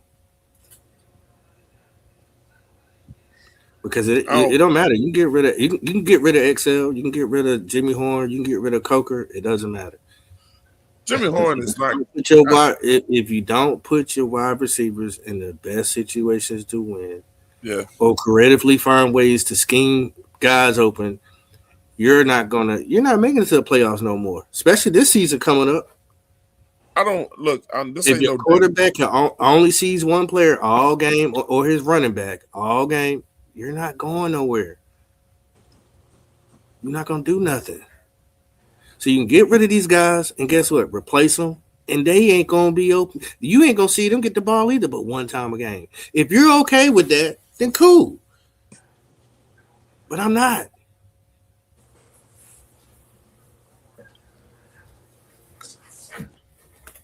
Pop, you asked for something that we ain't fucking got, man. You want a damn high power offense, bro. We ain't got that shit, man. We just ain't got that shit. I'm sorry. That's true. That's true. I think we don't have a high power, but I asked you earlier, could we be better? Well, what we got, could what we got be used better? I can't let y'all get away with that shit. I can't let y'all get away away with that. Answer that one question. Let me ask y'all one question. I mean, with Bryce, what everybody got, could we have been better? So if we brought, we only get to talk in hypothetics because Bryce is our quarterback. But are we a high-powered offense with the guys we got and the line we got? If you brought in a motherfucking Joe Burrow that can stay healthy, that wouldn't turn our offense into a high-powered offense? I'll let MDJ answer that question. It's a low-power offense because of who the fuck is behind center. So you gonna use the comparison of bringing Joe Burrow here, right? I'm just using it hypothetically. I'm saying if you take Bryce out and insert Joe Burrow, will we not be a high-powered offense then? That's all I'm asking. You throw the ball more though. But if you bring in Joe Burrow here, right? Mm-hmm. What changes is the numbers change, right? But Tet still gonna have more targets than XL. Correct. That's what I've been saying the whole time. It don't matter. That's fine. That's fine. He gets more. It's fine. He gets more targets. It's not the target issue that I'm breaking down or discussing. But Joe Burrow can also do what XL is good at too. But that's just somebody. JP said it best. It's hard to see the field when you're only 5'9". So if I put him on a slant that's 15-yard slant, he might not necessarily see him there. He may not, because it gets muddy down there between the lines. Banging, banging, banging, banging, banging, bang, bang, bang, banging. Man, JP with the $5. The real problem is far too many of XL targets were deemed uncatchable. Agree with Twine. Test bigger catch rated covers for Bryce. I have no problem with that statement at all. And if I was able to say quarterback, you will see it too. You bring in a competent quarterback. Ted probably has even more yards, but you can also do. XL can get off the way he want to get off too. I don't think XL give a fuck about having the most yards for the year or the second. He just wants to get off. He wants to contribute. I mean, Coker, if he can stay healthy, Coker is a bona fide number 2. What's the best way to get your wide receiver going, Twan? I ain't been no quarterback. The only way I can only speculate on how you get him going is that you have to start with plays that are designed just for him. And not only that, start early, right? Right. You try to get him in the game early, right? But they're not. I think what DJ is saying is that's what I'm saying. They're not going to put. They're not going. They're going to go through the motions. Most teams going to go to wide receiver 1 first, then 2, and then go 3. I'm a man. I've always been like this. Whoever the fuck is open is who you should throw it to. Okay, I'm gonna tell you one thing. Robin don't say shit. Robin do what the fuck Batman. When Batman fuck up, Robin come in and do what the fuck he can do. There ain't no number 2 receiver in the NFL to say nothing about no fucking targets. They just sit where the fuck they at and do what the fuck they do. Now, if they get off, MDJ, that's a testament to them, because it's number 2 receivers that get off. But that motherfucker not just gonna be open his mouth saying, I'm damn near like XL. He really can't go say shit because he the number 2. The number 2 don't get to do that. The number 1 receiver is deep. XL not talking about targets. He's talking about how he's being used. That's why I said, get the targets out your vocabulary. It ain't about targets. It's about how I don't know nothing about the targets, but I know the targets because of you. I'm saying targets because you was bringing up the targets. Yeah, how you being used includes targets, Pop. Okay, I guess I'm speaking Spanish today. No, I'm not going to ask a mechanic that work on cars to try to fix my refrigerator. He might know how. Let me hear what else. It's just not. You know what I mean? Like, bro, I've been in the league long enough to understand certain positions, they the last one in, first one out. Oh. Receivers, DBs, some linebackers, and some words of wisdom that was given to me. There's 2 types of players in the NFL. There's football players, and there's professional football players. Oh. Professional football players, you see them always in, taking care of that. But man, why you always here? Oh. Bro, working on my ankle mobility. Hey, today, I'm making sure that my peak or my premium weight is at this particular weight. I have to get there. Hey, I gotta watch first and second down. Man, I got a big matchup versus Sauce Gardner. This particular person, Singleton. It don't matter what it is. They always working on their craft. And I didn't know that as a young player. I started understanding that as I got into 5th and 6th years. And now when I would see young players, I would always tell them, it's like, bro, what you in a rush for? The hoes, they gonna be there. Family, they ain't going nowhere. Oh no, for sure. I'm one of them players I'll be one of the last ones to leave and in the training room trying to keep my body right and make sure that I'm good on Sunday. Yes, sir. Yes, sir. So even in that type of thing, what Greg has taught me to be able to verbalize is a receiver is nothing without being where the quarterback expects you to be. No, that's real. The paper can say, man, you got an indie route, boom, hesitate, boom, take your time, be idled in that zone. But that common question where receiver asks quarterback, where you expecting me to be, or what do you see, can really open up a whole Pandora's box in a way where you may have been looking at your route through the peephole.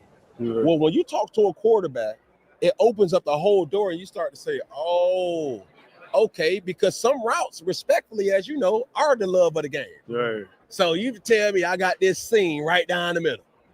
That's the love of the game. Right. That means you ain't getting it. You know you're not getting it. Got to do the whole bucket. But all right, now listen now, Canales. Listen, Bryce. I ain't gonna keep being no love for the game. I'm not no love of the game type of guy.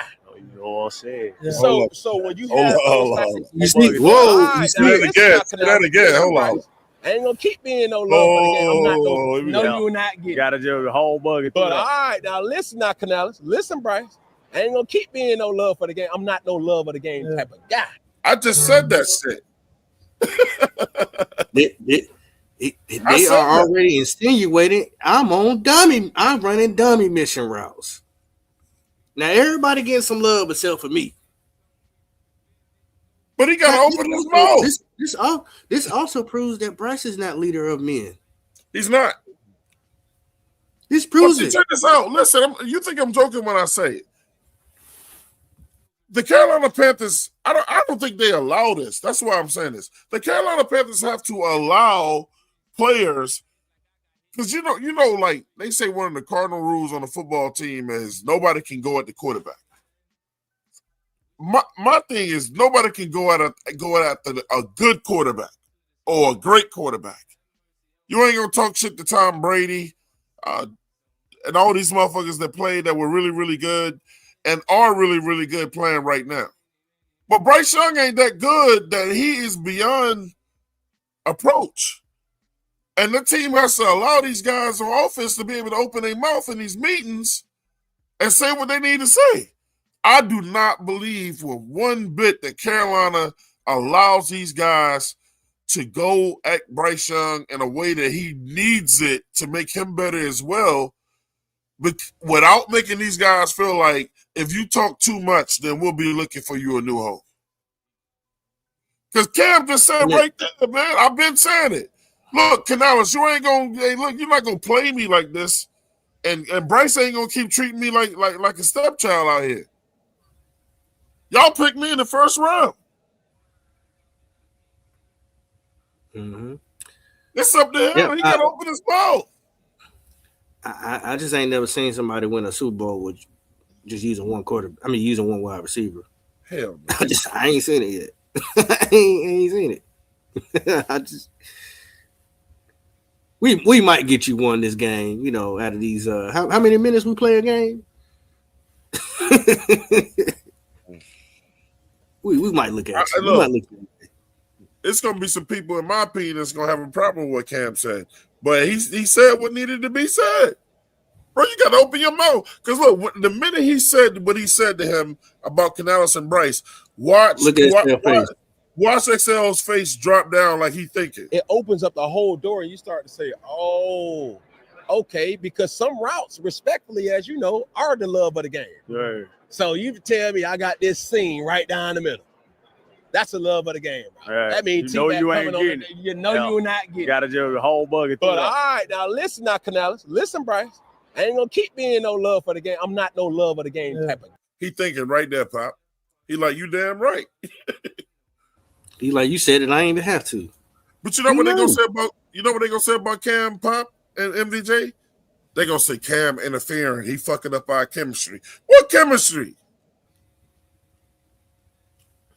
People I'm trying to tell you guys, people don't like the truth, man. That's why I love this, man, because it's fine. Get another number 3, get a number 4. So when they come in, we can revert back to this, especially if Bryce is still here. This is going to be a continuing problem. I'm telling y'all, it's not going to go away. I agree with you. It ain't going away. It ain't going away. Ain't nobody else getting 1,000 yards except for one wide receiver. Ain't nobody else. Ain't nobody else. Ain't nobody else gonna be threatening. He's gonna continue to get that based on his play. But I'm telling you, bro, I guarantee you, motherfuckers in them damn comments saying, "Yeah, what Cam? No, man, he don't play no more." And all this. Man, look, man. Man, Cam a real quarterback. He a real nigga. Like somebody, like what he telling him is the truth. Like that's what you want. True. That's what you want your quarterback to tell you. Honestly. See, but a lot of people say Bryce ain't Cam, and people say get over it. Cam ain't here no more. Like it ain't just he ain't Cam on the field. He's not even Cam. He's not Cam mentally either as a quarterback. XL is distraught, man. That motherfucker, he gonna want out of Carolina. That shit don't. So when you have those type of things, that's where the professional come in there to say, "Dawg, I'm gonna do this as a great teammate, but I'm hungry too." Go ahead. What's one thing that people don't get? That's not playing the game. I'm talking about the fans, right? Because instantly you come in, you need to be the cream of the crop, Pro Bowl. You need to blossom instantly. It's no, I'll wait, I'll give you time. But what's some of the biggest things that people really just don't get that comes along with this professional game of football that's hard to adapt to, I would say? That kind of just fall back to what Kel said. Yeah. You got to kind of be on the same page with that quarterback. Yeah. If you ain't on that same page, it'll never work. Yeah. Yeah, so. Yeah. Because people just be like, sit down in the room with him, but they don't really know just how Cam was able to express. It's like, bro, Greg, we had this 1-2 step. It wasn't forced. Exactly. It wasn't forced. From the outside in, they like, he throw the ball, you catch the ball. And it's not that simple. But it ain't that simple. You know what I'm saying? As small as like we had a route called a hinge. We also had. So for people, they just said it. For people who saying, allow me to say this, Pop. I know this Pop show right here. But when they just said, that was a great thing that they said. The mentality out here for people that don't fucking play football, and I'm talking about the people that just watch for fun or whatever. When we heard it all year when people say, if the ball gets thrown your way, your job is to fucking catch it. And a lot of people get on XL saying he didn't run the right routes. And they just came up with all these reasons, right? When a ball is getting passed from quarterback to wide receiver, that shit is a chemistry. The ball is not always thrown correctly. I can't just always catch it, you know what I'm saying, or whatever when the ball gets thrown at me. That's some bullshit. So when Bryce, and we know Bryce got a habit of throwing balls behind people or over the top of them where they can't jump and catch it or whatever, and people will look on film and they'll see like XL's fingertips touch the ball and go, "Oh, he should have caught that." Yeah, I've heard that before. You get your ass out there and you get 7-8 real quick when a motherfucker throw a ball over your head and you catch it. I seen so many plays of it was like a 7-yard comeback. Bryce throwing the ball because I knew XL wasn't his first read. That was obvious to see. But Bryce really ain't go through his read. He heard the rest of the ball and just threw the XL. Man, it was a cornerback right there. Wow! Suicide balls. Blowing XL back out. Pause. I'm like, I don't know how many times he went through that all year long looking at the targets and at the options that he was given to run. They were clocking XL. I'm talking about tearing him up. And that's only the best way you could use XL. Like that's something I would have put Jimmy Horn in because he's quick and shifty in open spaces. Not XL. Man, Bryce was throwing XL and trying to put him on the blue tent. I'm telling y'all. I said, wow. I didn't remember all this until I actually went and looked at the film. It's crazy. Yeah, and then for people like Driver and other people that say this dumb shit. I'm glad JP put this in here because, people are trying to pull the wool over your eyes for players that they like. He said it's easy for Bryce to have the most accurate deep ball. And because, Pop, we heard that from a lot of Bryce lovers. They said when you only average 2.94 attempts per game, so it should be high. It should be high. You're not throwing a multitude of balls. It should be a high percentage. But, they'll find any stat, anything, any number that makes this dude look good and hides the real problem, and they'll go, well, he's the best at this, and he's the best quarterback in the 3-yard radius, you know what I'm saying, this year. And, man, what that's bullshit ass, the bullshit next-gen stats, that ain't nothing, man. Right, they all bullshit. And fuck JP, man. Because he put my name in that bullshit, but I know why he did it though, because he was replying to what I said, right? But I was just saying it to say that them stats is bullshit, right? Just like you said, them stats is bullshit. They don't mean nothing. I feel the same way about that uncatchable stat. I think it's bullshit. Yeah, that's some shit they made up. Yeah, the same thing with that bullshit uncatchable ball shit. It's only uncatchable when you see that the motherfucker don't catch it. Like you can't. There's not a stat to say Tech got an uncatchable ball unless he don't catch that motherfucker. You get what I'm saying? Like it's not a measurement of that shit out there. There's no machine that records that. Nothing to measure. So how about inaccurate passes? Yeah. Right, but no, what you're saying is 100% right. But if the motherfucker catch it, it's not going to classify as that. But you're right though. It doesn't. It doesn't. But okay, so I would say that instead of uncatchable, there was a lot of inaccurate passes thrown to all the wide receivers, honestly. But yeah, it was pretty poor, pretty piss poor. And if I only get one target and it's inaccurate, and then you never come back to me, but everybody looking at me like, "Oh, it's your fault." How am I gonna catch that? That's well. And then I seen him force balls in the end zone to XL with 2 men on him, but he throwing it up there at the goal post, and XL still trying to jump to get it. But he would have caught it. He'd have been in Carolina Medical Hospital. Hey, man, shout out to Anthony Piccarello, man. And we've been saying this shit for a year and a half now, man. He said it's a Canales problem. He said his game plans are wishy-washy.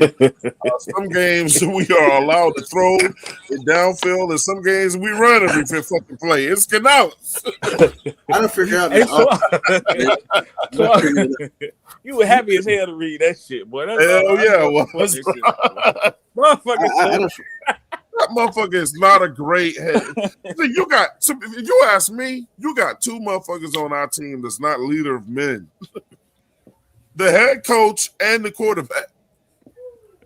I'm gonna tell you, I figured out what this offense is. Hey, look, MDJ and Pop, I know how to go in a fucking room after we won and go and shout out to Popping Bullets for 127 yards this game, and everybody celebrate, yeah. And shout out to MDJ, man, with them 2 interceptions, blah blah blah blah. And then motherfuckers, these fans get into their head, oh, the coach just did a great thing or whatever, you know what I'm saying?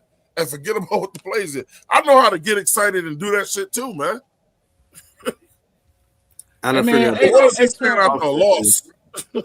Offense plays offense to play defense. They don't go in there to dominate the defense or to confuse the defense or to play their game. They go in there to play defense, which is a terrible concept of game planning. Just take what they give you. They taking a dub from you. That's what they doing.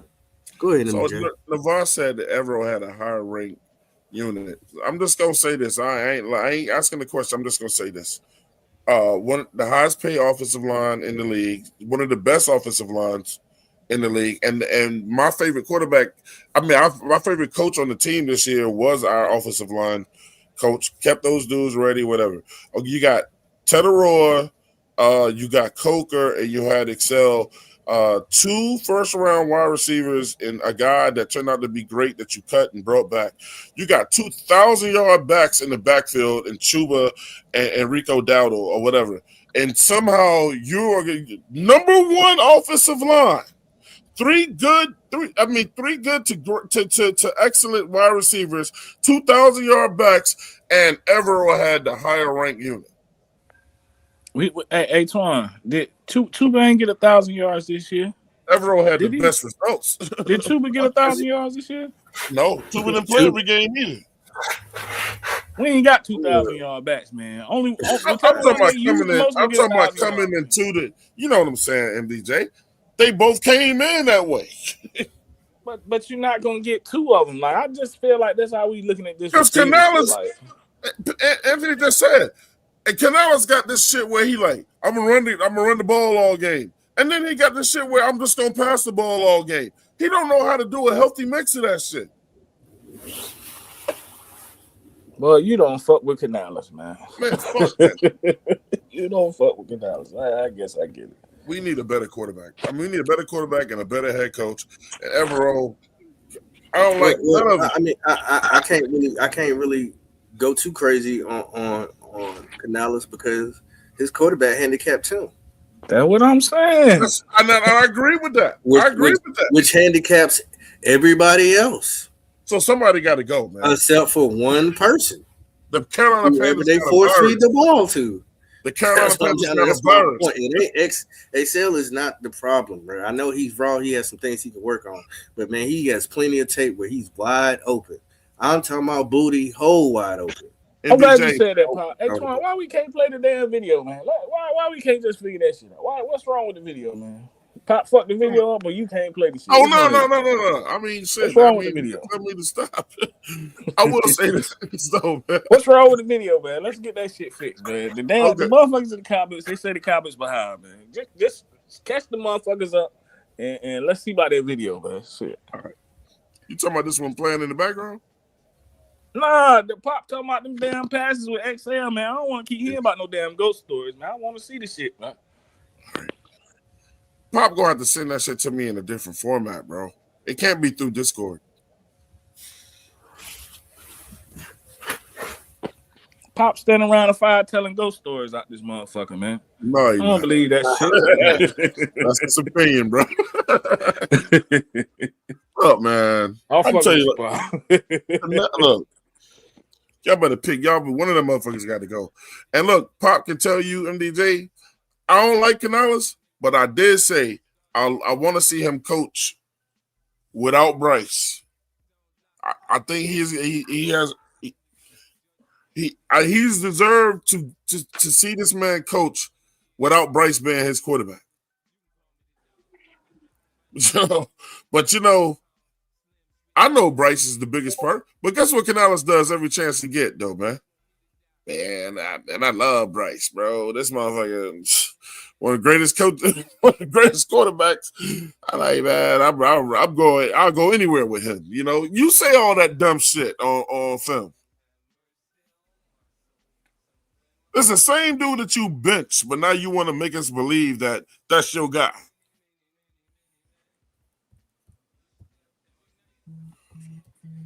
Simple. But it ain't that simple. You know what I'm saying? As small as like we had a route called a hinge. We also had a route called a read route. But a read route from a tight end versus a read route from an inside slot was completely different. As a quarterback, and I would always tell Steve, I'm like, Smitty, you don't give me no movement indication. Right. I need that. Elaborate. So movement indication is like certain receivers break down and it's time to get the ball It's out. their body language. Okay. Certain receivers would make steps that I know, okay, I can anticipate to throw it and to throw it when they're pressing man, when they playing man-to-man, I knew he's going to take another stride, and then that's when I need to release the ball. Matthew Stafford has that rapport with Puka. He has it with Devontae Adams. Those guys, But if there are certain times where as you build that rapport and say, bro, I was expecting you to look then, I didn't look, then you can get on the same page and go from there, bro. But, man, I just want to keep encouraging you, bro. And it's hard for me sometimes knowing that I say certain things because I really want you to win. No, for sure. I respect you, man, for sure. When you say stuff, it don't even get to me. You know what I'm saying? Because when folks say stuff about me and the way how you put it, I just feel like you expect a high standard from me. You know what I'm saying? So I just take it from that door. and I just gotta implement my game and do what I need to do. Yes, sir. Yes, Man, Lord. anything that I ever can be of service to you, as I always tell anybody, bro, I'm here. I'm not the dude that's gonna keep blowing up your bumper. No. I'm not gonna, man. If you want to get some work in, bro, I still work. I still know certain things, but just like giving free game, certain players don't necessarily know that perception is reality. Oh. You know what I'm saying? Yeah. You showing up or being up and answering the right question for a specific philosophy that's going in makes all the difference to how a person or a young player may look at you. No, for sure. So as you're learning in this league, bro, it goes just like that. You're living in the best times of your life, bro. And I just want to see you, as others, maximize the greatness that God has given you, bro. Oh, And you're on definitely. the- That real. I appreciate that. Appreciate you, my boy. Yes, Lord. Thank you, Yes, dog. Lord. Yes, sir. Appreciate you, dog. That was good, man.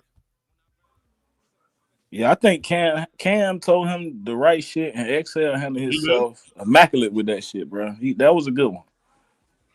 So you knew that's what I was gonna do, MDJ. What you about to do? So I told you.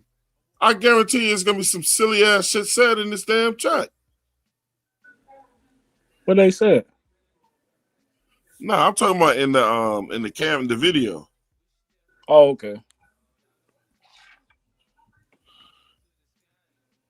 I thought JP was saying some silly ass shit, man. Nah, So I nah. slapped his ass. Okay. Well, that Roadmaster nigga, I thought he was saying some silly shit, man. I get in the comments on his ass. Thank you. Hey, Nah, there is it's mostly positive. It's mostly positive. in Discord that you can pull up. Like you can actually. There you go. Pop did his end. Now get that goddamn But- video to work, nigga. All right. Pop done tried. Pop done did pull his side of the damn shit. Man, I want to see the video, man.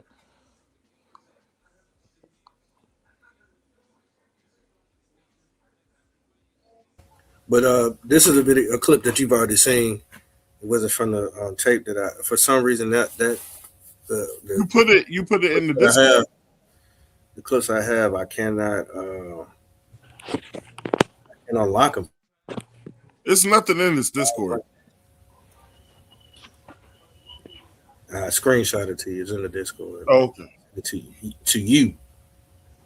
Yeah, I just told you I don't know how to open those shit up to me. Man, what you know how to open it up, Antoine? What? Like on the line, like to everyone. Like when y'all type in on that line. See, when I go on the messages for me,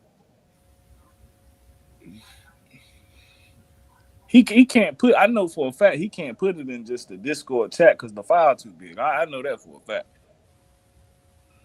So he can only send it through email or a message, or that's the only way he gonna be able to send it. No, you can only put in the Discord chat big, a certain file size.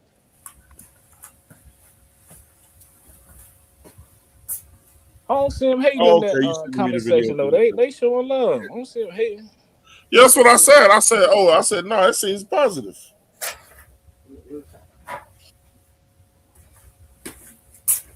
Let's give him one example of XL. Wide booty hole open. Come on, man. He was put in the right opportunity, but he didn't get the reward.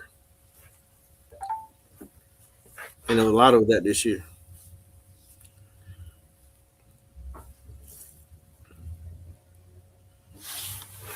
There's a lot of that this year. And I thought this was a great interview with Cam. Cam dropped a lot of nuggets. You got to see the inside of XL's mentality. The fan base has been hard on XL.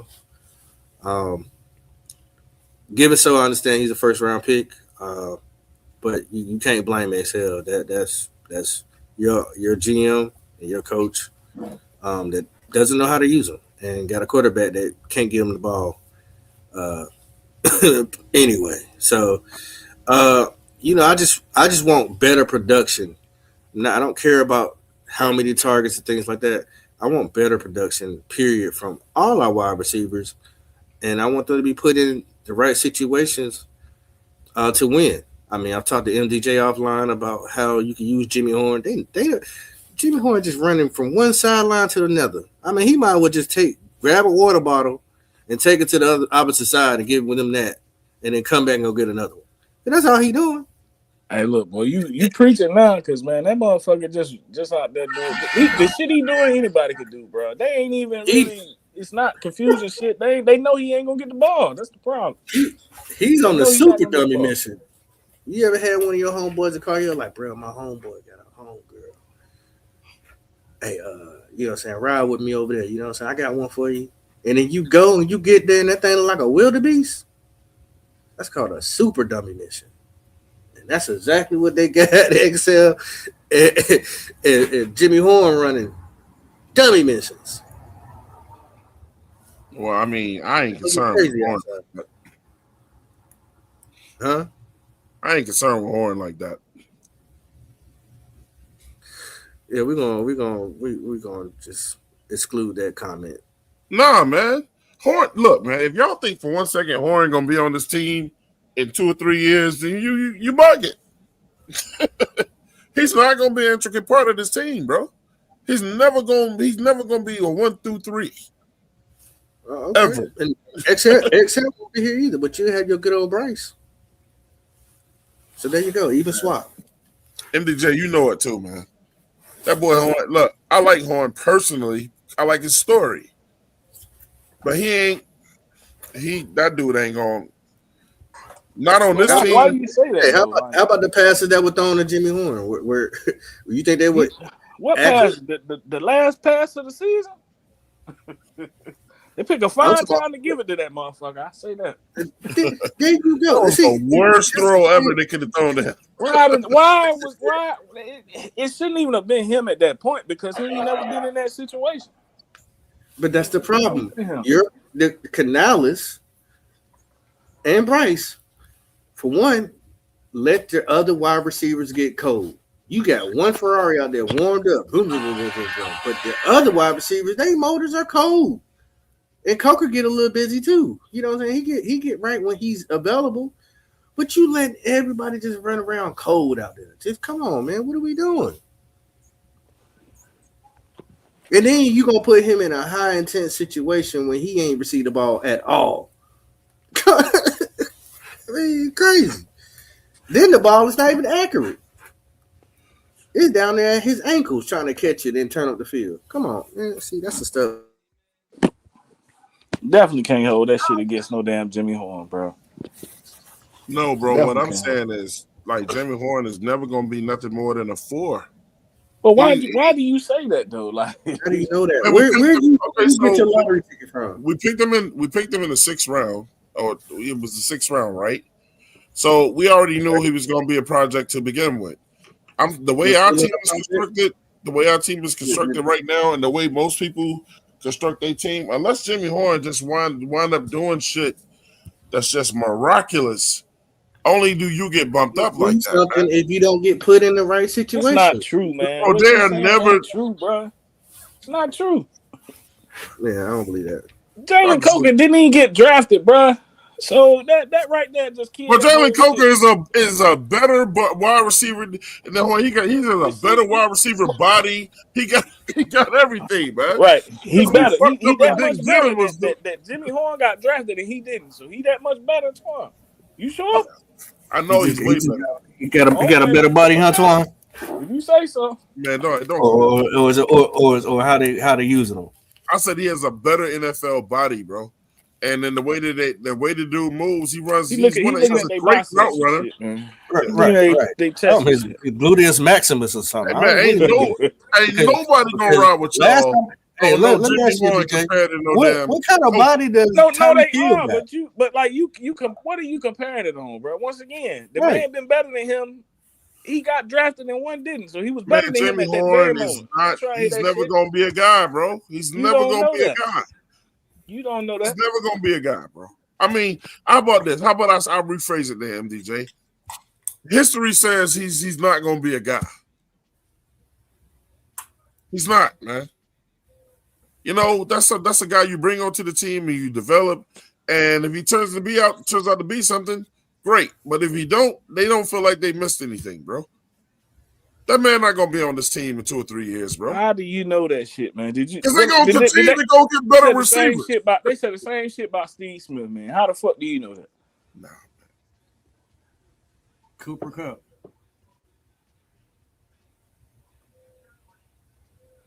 You just don't like Dion, man. Shut your ass up. I ain't got nothing to no fucking do with no damn Yes, Dion. you do. No, it don't. Yeah, dude. Yeah, I call you out. Yeah, I'm on Dion's side with all the bullshit they trying to put his son through. All that shit they trying to do to Shador, I'm with Dion. I've never been more of a Dion fan. You got to change your heart. But I told y'all that them teams weren't going to be shit, though. Colorado ain't shit.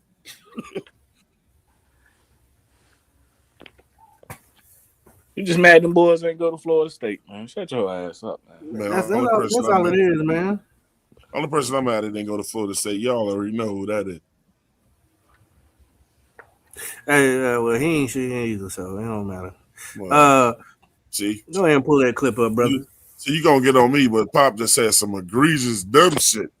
I'm talking about Coleman. That's what I'm talking about. Nah, man, you know who the fuck I'm talking about. Nah, man, Coleman got a better body, Twan. You right. I forgot about that. Yeah, I'm not gonna let y'all use that shit. Like I said, football body. Like Bryce should be somewhere. No longer be allowed in the locker room, MDJ. Bryce should be somewhere. Who got the better body and shit? Playing.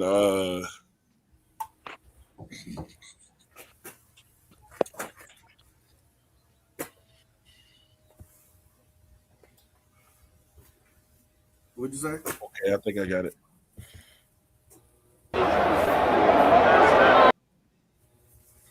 All right, here we go. You ready? Jalen!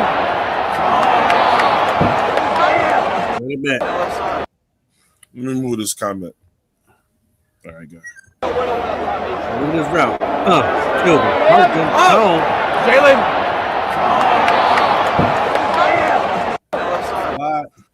Wide open.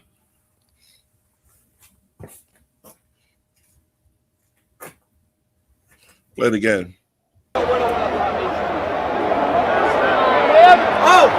Jalen! Did he even throw it to him? Nah, he never does. He never does. But that's a touchdown if you do throw it. Yeah. How many times did we see Bryce throw that ball? That far down the field. It don't matter. You're right. But it does matter if your quarterback can't do it. Look, Pop, you don't realize. I think Excel can still be great, bro. Just not with that motherfucker behind center. That's the only point I'm pushing with him.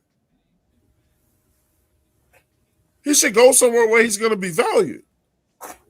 It's not going to be with us. Canales don't even call plays for this man. We found out a whole lot in that damn interview.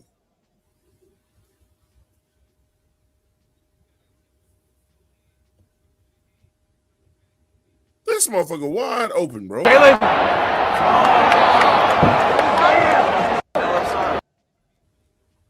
So when people say like XL be running lazy routes, damn, bro, if he felt like he ain't gonna get the ball, that might be why.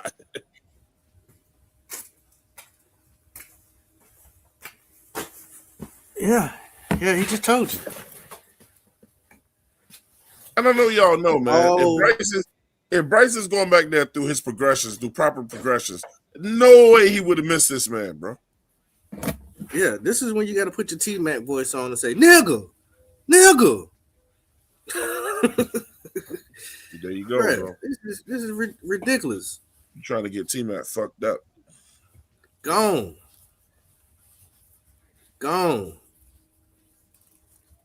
Man, I'm telling you, man. It is Okay, what it JP is. said Horn's hands were highly questionable coming out of Colorado. Had one of the worst drop percentages of the wide receivers in the draft class. I don't expect much either. Like, man, I know hey JP, they like this motherfucker, man. So, you know, man. We got Edge in the building, man. He don't like Colorado either, man. No, man, but I mean, facts is facts. It's the reason why LeJohntay went before him.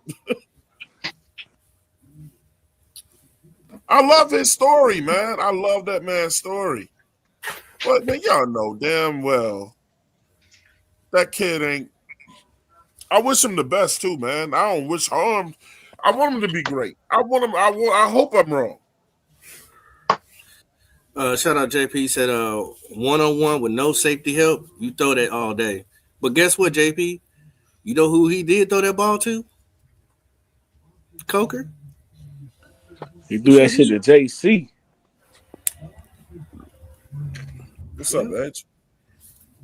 He threw that same route concept, similar route concept. Cause Coker runs like a stutter go. This is called this is similar to it. But man, I mean, he put him in suspense too, bro. Oh my God. He put him in a spin. He has said, thank God that ball didn't get thrown this way, bro. This motherfucker kept me several times, bro. So I don't want to hear nobody, he can only run one route. No, he runs all different types of routes. He just doesn't get the ball. I think he need more opportunities like that, for sure. That's all I'm saying, MJ. That's it. This is the other thing too, quarterback awareness. Put him in better situation.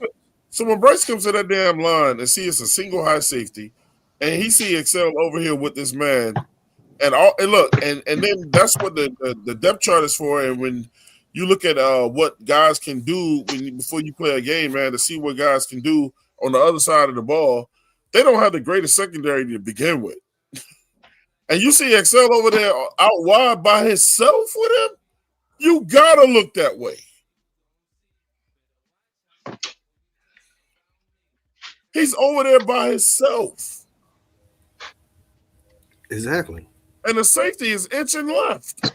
He going to the other side of the ball. Damn. Yeah, Excel might have been like, fuck this nigga right after he did that shit, bro. He like, man, he killing me. What's up, Ed? Not much. What up, Ed? Not much, chilling.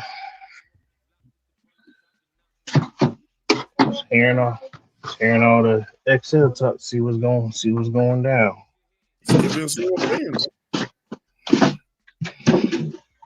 Excel need to go somewhere where he's appreciated and wanted. That's all he needs to go to.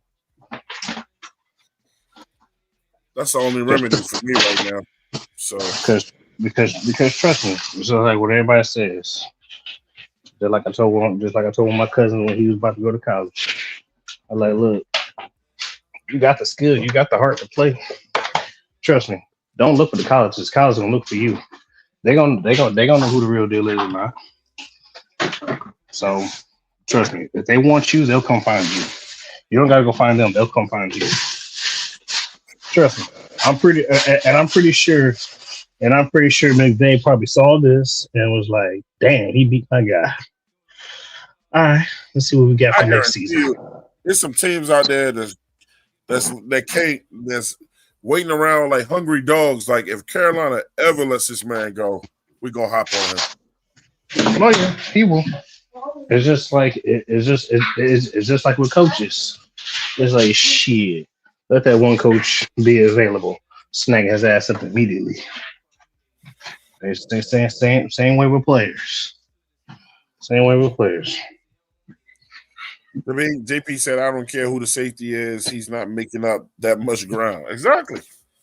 No, he's not. He's not. And what's crazy about it is XL ran a 4.344 in the 40.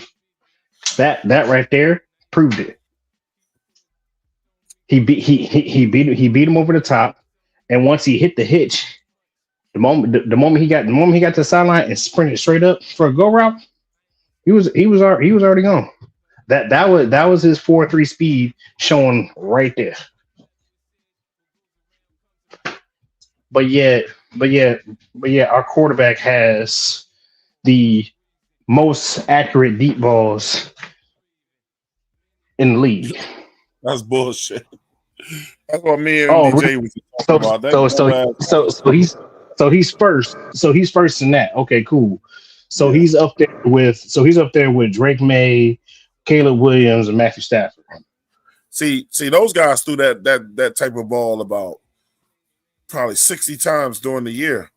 Opposed to Bryce throwing a ball like that, 4 times? Yeah. That's what they talking about with percentage. And mind you, when Caleb Williams was playing against Green Bay, backed up damn near 20 yards, just make sure he don't get sacked. Saw DJ Moore like, oh, I got this, and with a flick of the wrist, just swoop. And what was that? Touchdown. He backed up 20 yards, just bombing for a 60, and got a touchdown out of it. I'm like, you got to be shitting me. You got to be shit. And I'm just sitting. And when he did that play, only thing I said in my head was, and we traded all that for Chicago to have this, and we got this.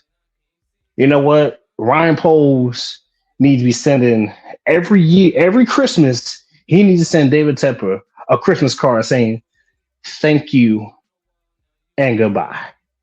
Just say thank you. Just say thank you and goodbye. Because all we did was we just basically built Chicago for them. We basically built their whole roster for them. With the picks, the trade, the way we played our first year. We literally built Chicago. We literally built Chicago for them. All we had to do was fuck up and lose. That's all we had to do. That's it. Couldn't get the coach. Didn't matter how much money David Tepper threw at fucking Ben Johnson. He ain't coming here. Fucked up, went 2-15. Oh shit! Chicago got our first pick for last year, for next year. Let's go ahead and grab Caleb Williams real quick. Fuck it. Oh shit! They already gave us DJ Moore. Shit, let's go ahead and grab another receiver. Yo, let's go ahead and get this tight end right here too. Oh, and all these other linemen that we can go get. Oh, let's go ahead and use that draft capital. Let's go grab that because we already got rid of 4 players that we don't need. Save up all this cap space.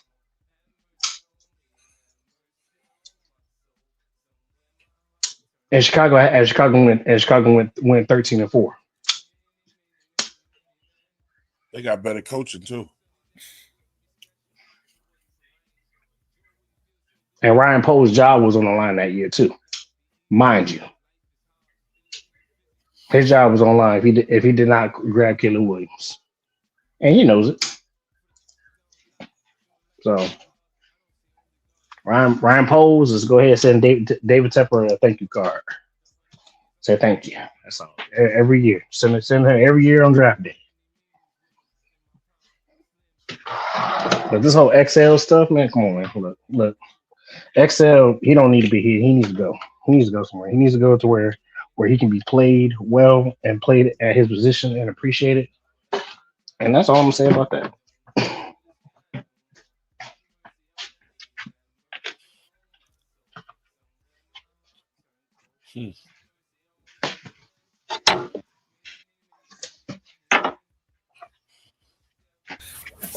Well, I appreciate everybody coming through, man.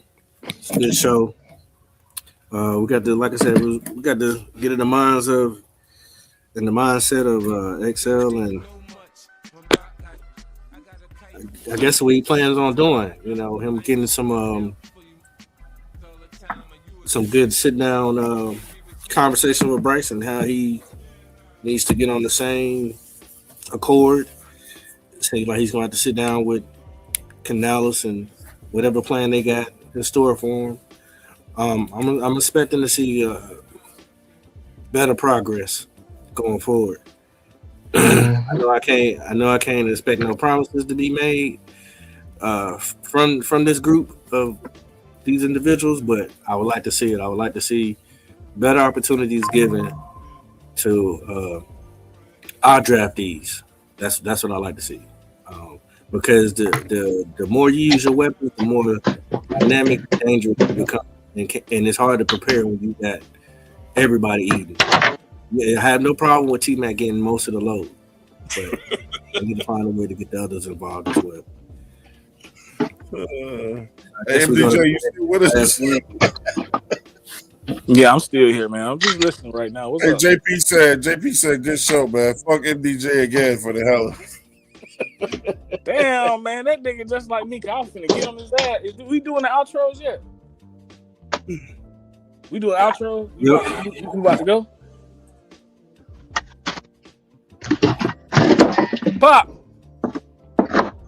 Fuck digging in the drawer. Yeah. Edge is always doing random shit, man. That nigga Ed's working on his car. Shit. Hey, Pop, we through. We still done, locked brother. in. Yeah. Hey, look, man. Fuck JP then, man. Fuck JP. He in there talking about some fuck me, nah, fuck you, nigga. That's why your ass ain't come on the show, cause you know what's up, nigga. The score 50-0, man. You and Twan Judge Rod receivers off body. And Pop video broke. That shit don't work. So fuck all y'all. And Ed, your car, you should have fixed that shit this morning, nigga. That's why you was late for it. That wasn't even my car. I'm not even in my car, bro. I'm inside. Shit, it was Pop digging in the drawer trying to fix that video. Nah, that was Ed. Nah, that was you judging the receiver off a body, nigga. Man. Fuck y'all.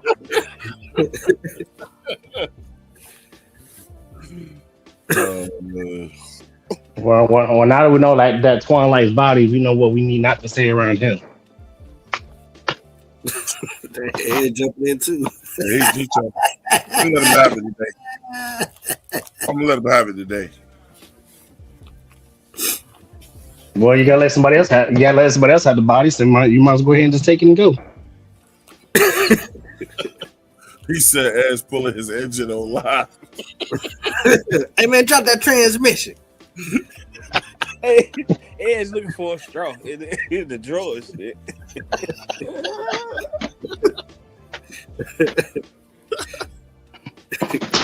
He run out of plasticware. Hey, I need to wash some plasticware anyway, so I'm glad you said that. I want to say shout out to Pop, man, on his first show.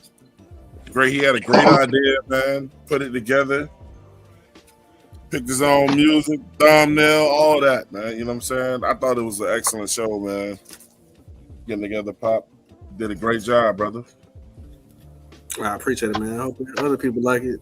You know, come back and watch it. If you catch it later, man, leave a comment, man. Tell us what you think, man.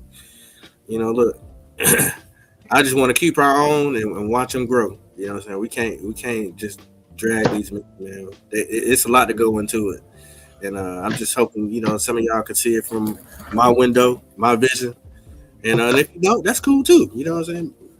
Put in the comment and I'll read it and see if maybe I'm missing something. You know, that's what I got MDJ for. He gonna tell me the total opposite way. Sometimes he come up with great ideas, and I'm like, damn, bro, I didn't think about it that way. So it's, you know, all opinions are welcome. You know, I ain't saying I'm the superior of footballs. I'm always willing to listen and learn and to teach if I can. So man, y'all, you know what I'm saying, enjoy y'all day. Appreciate y'all coming through the 704 Charlotte Bound show. And yeah, man. Keep pounding. Yes.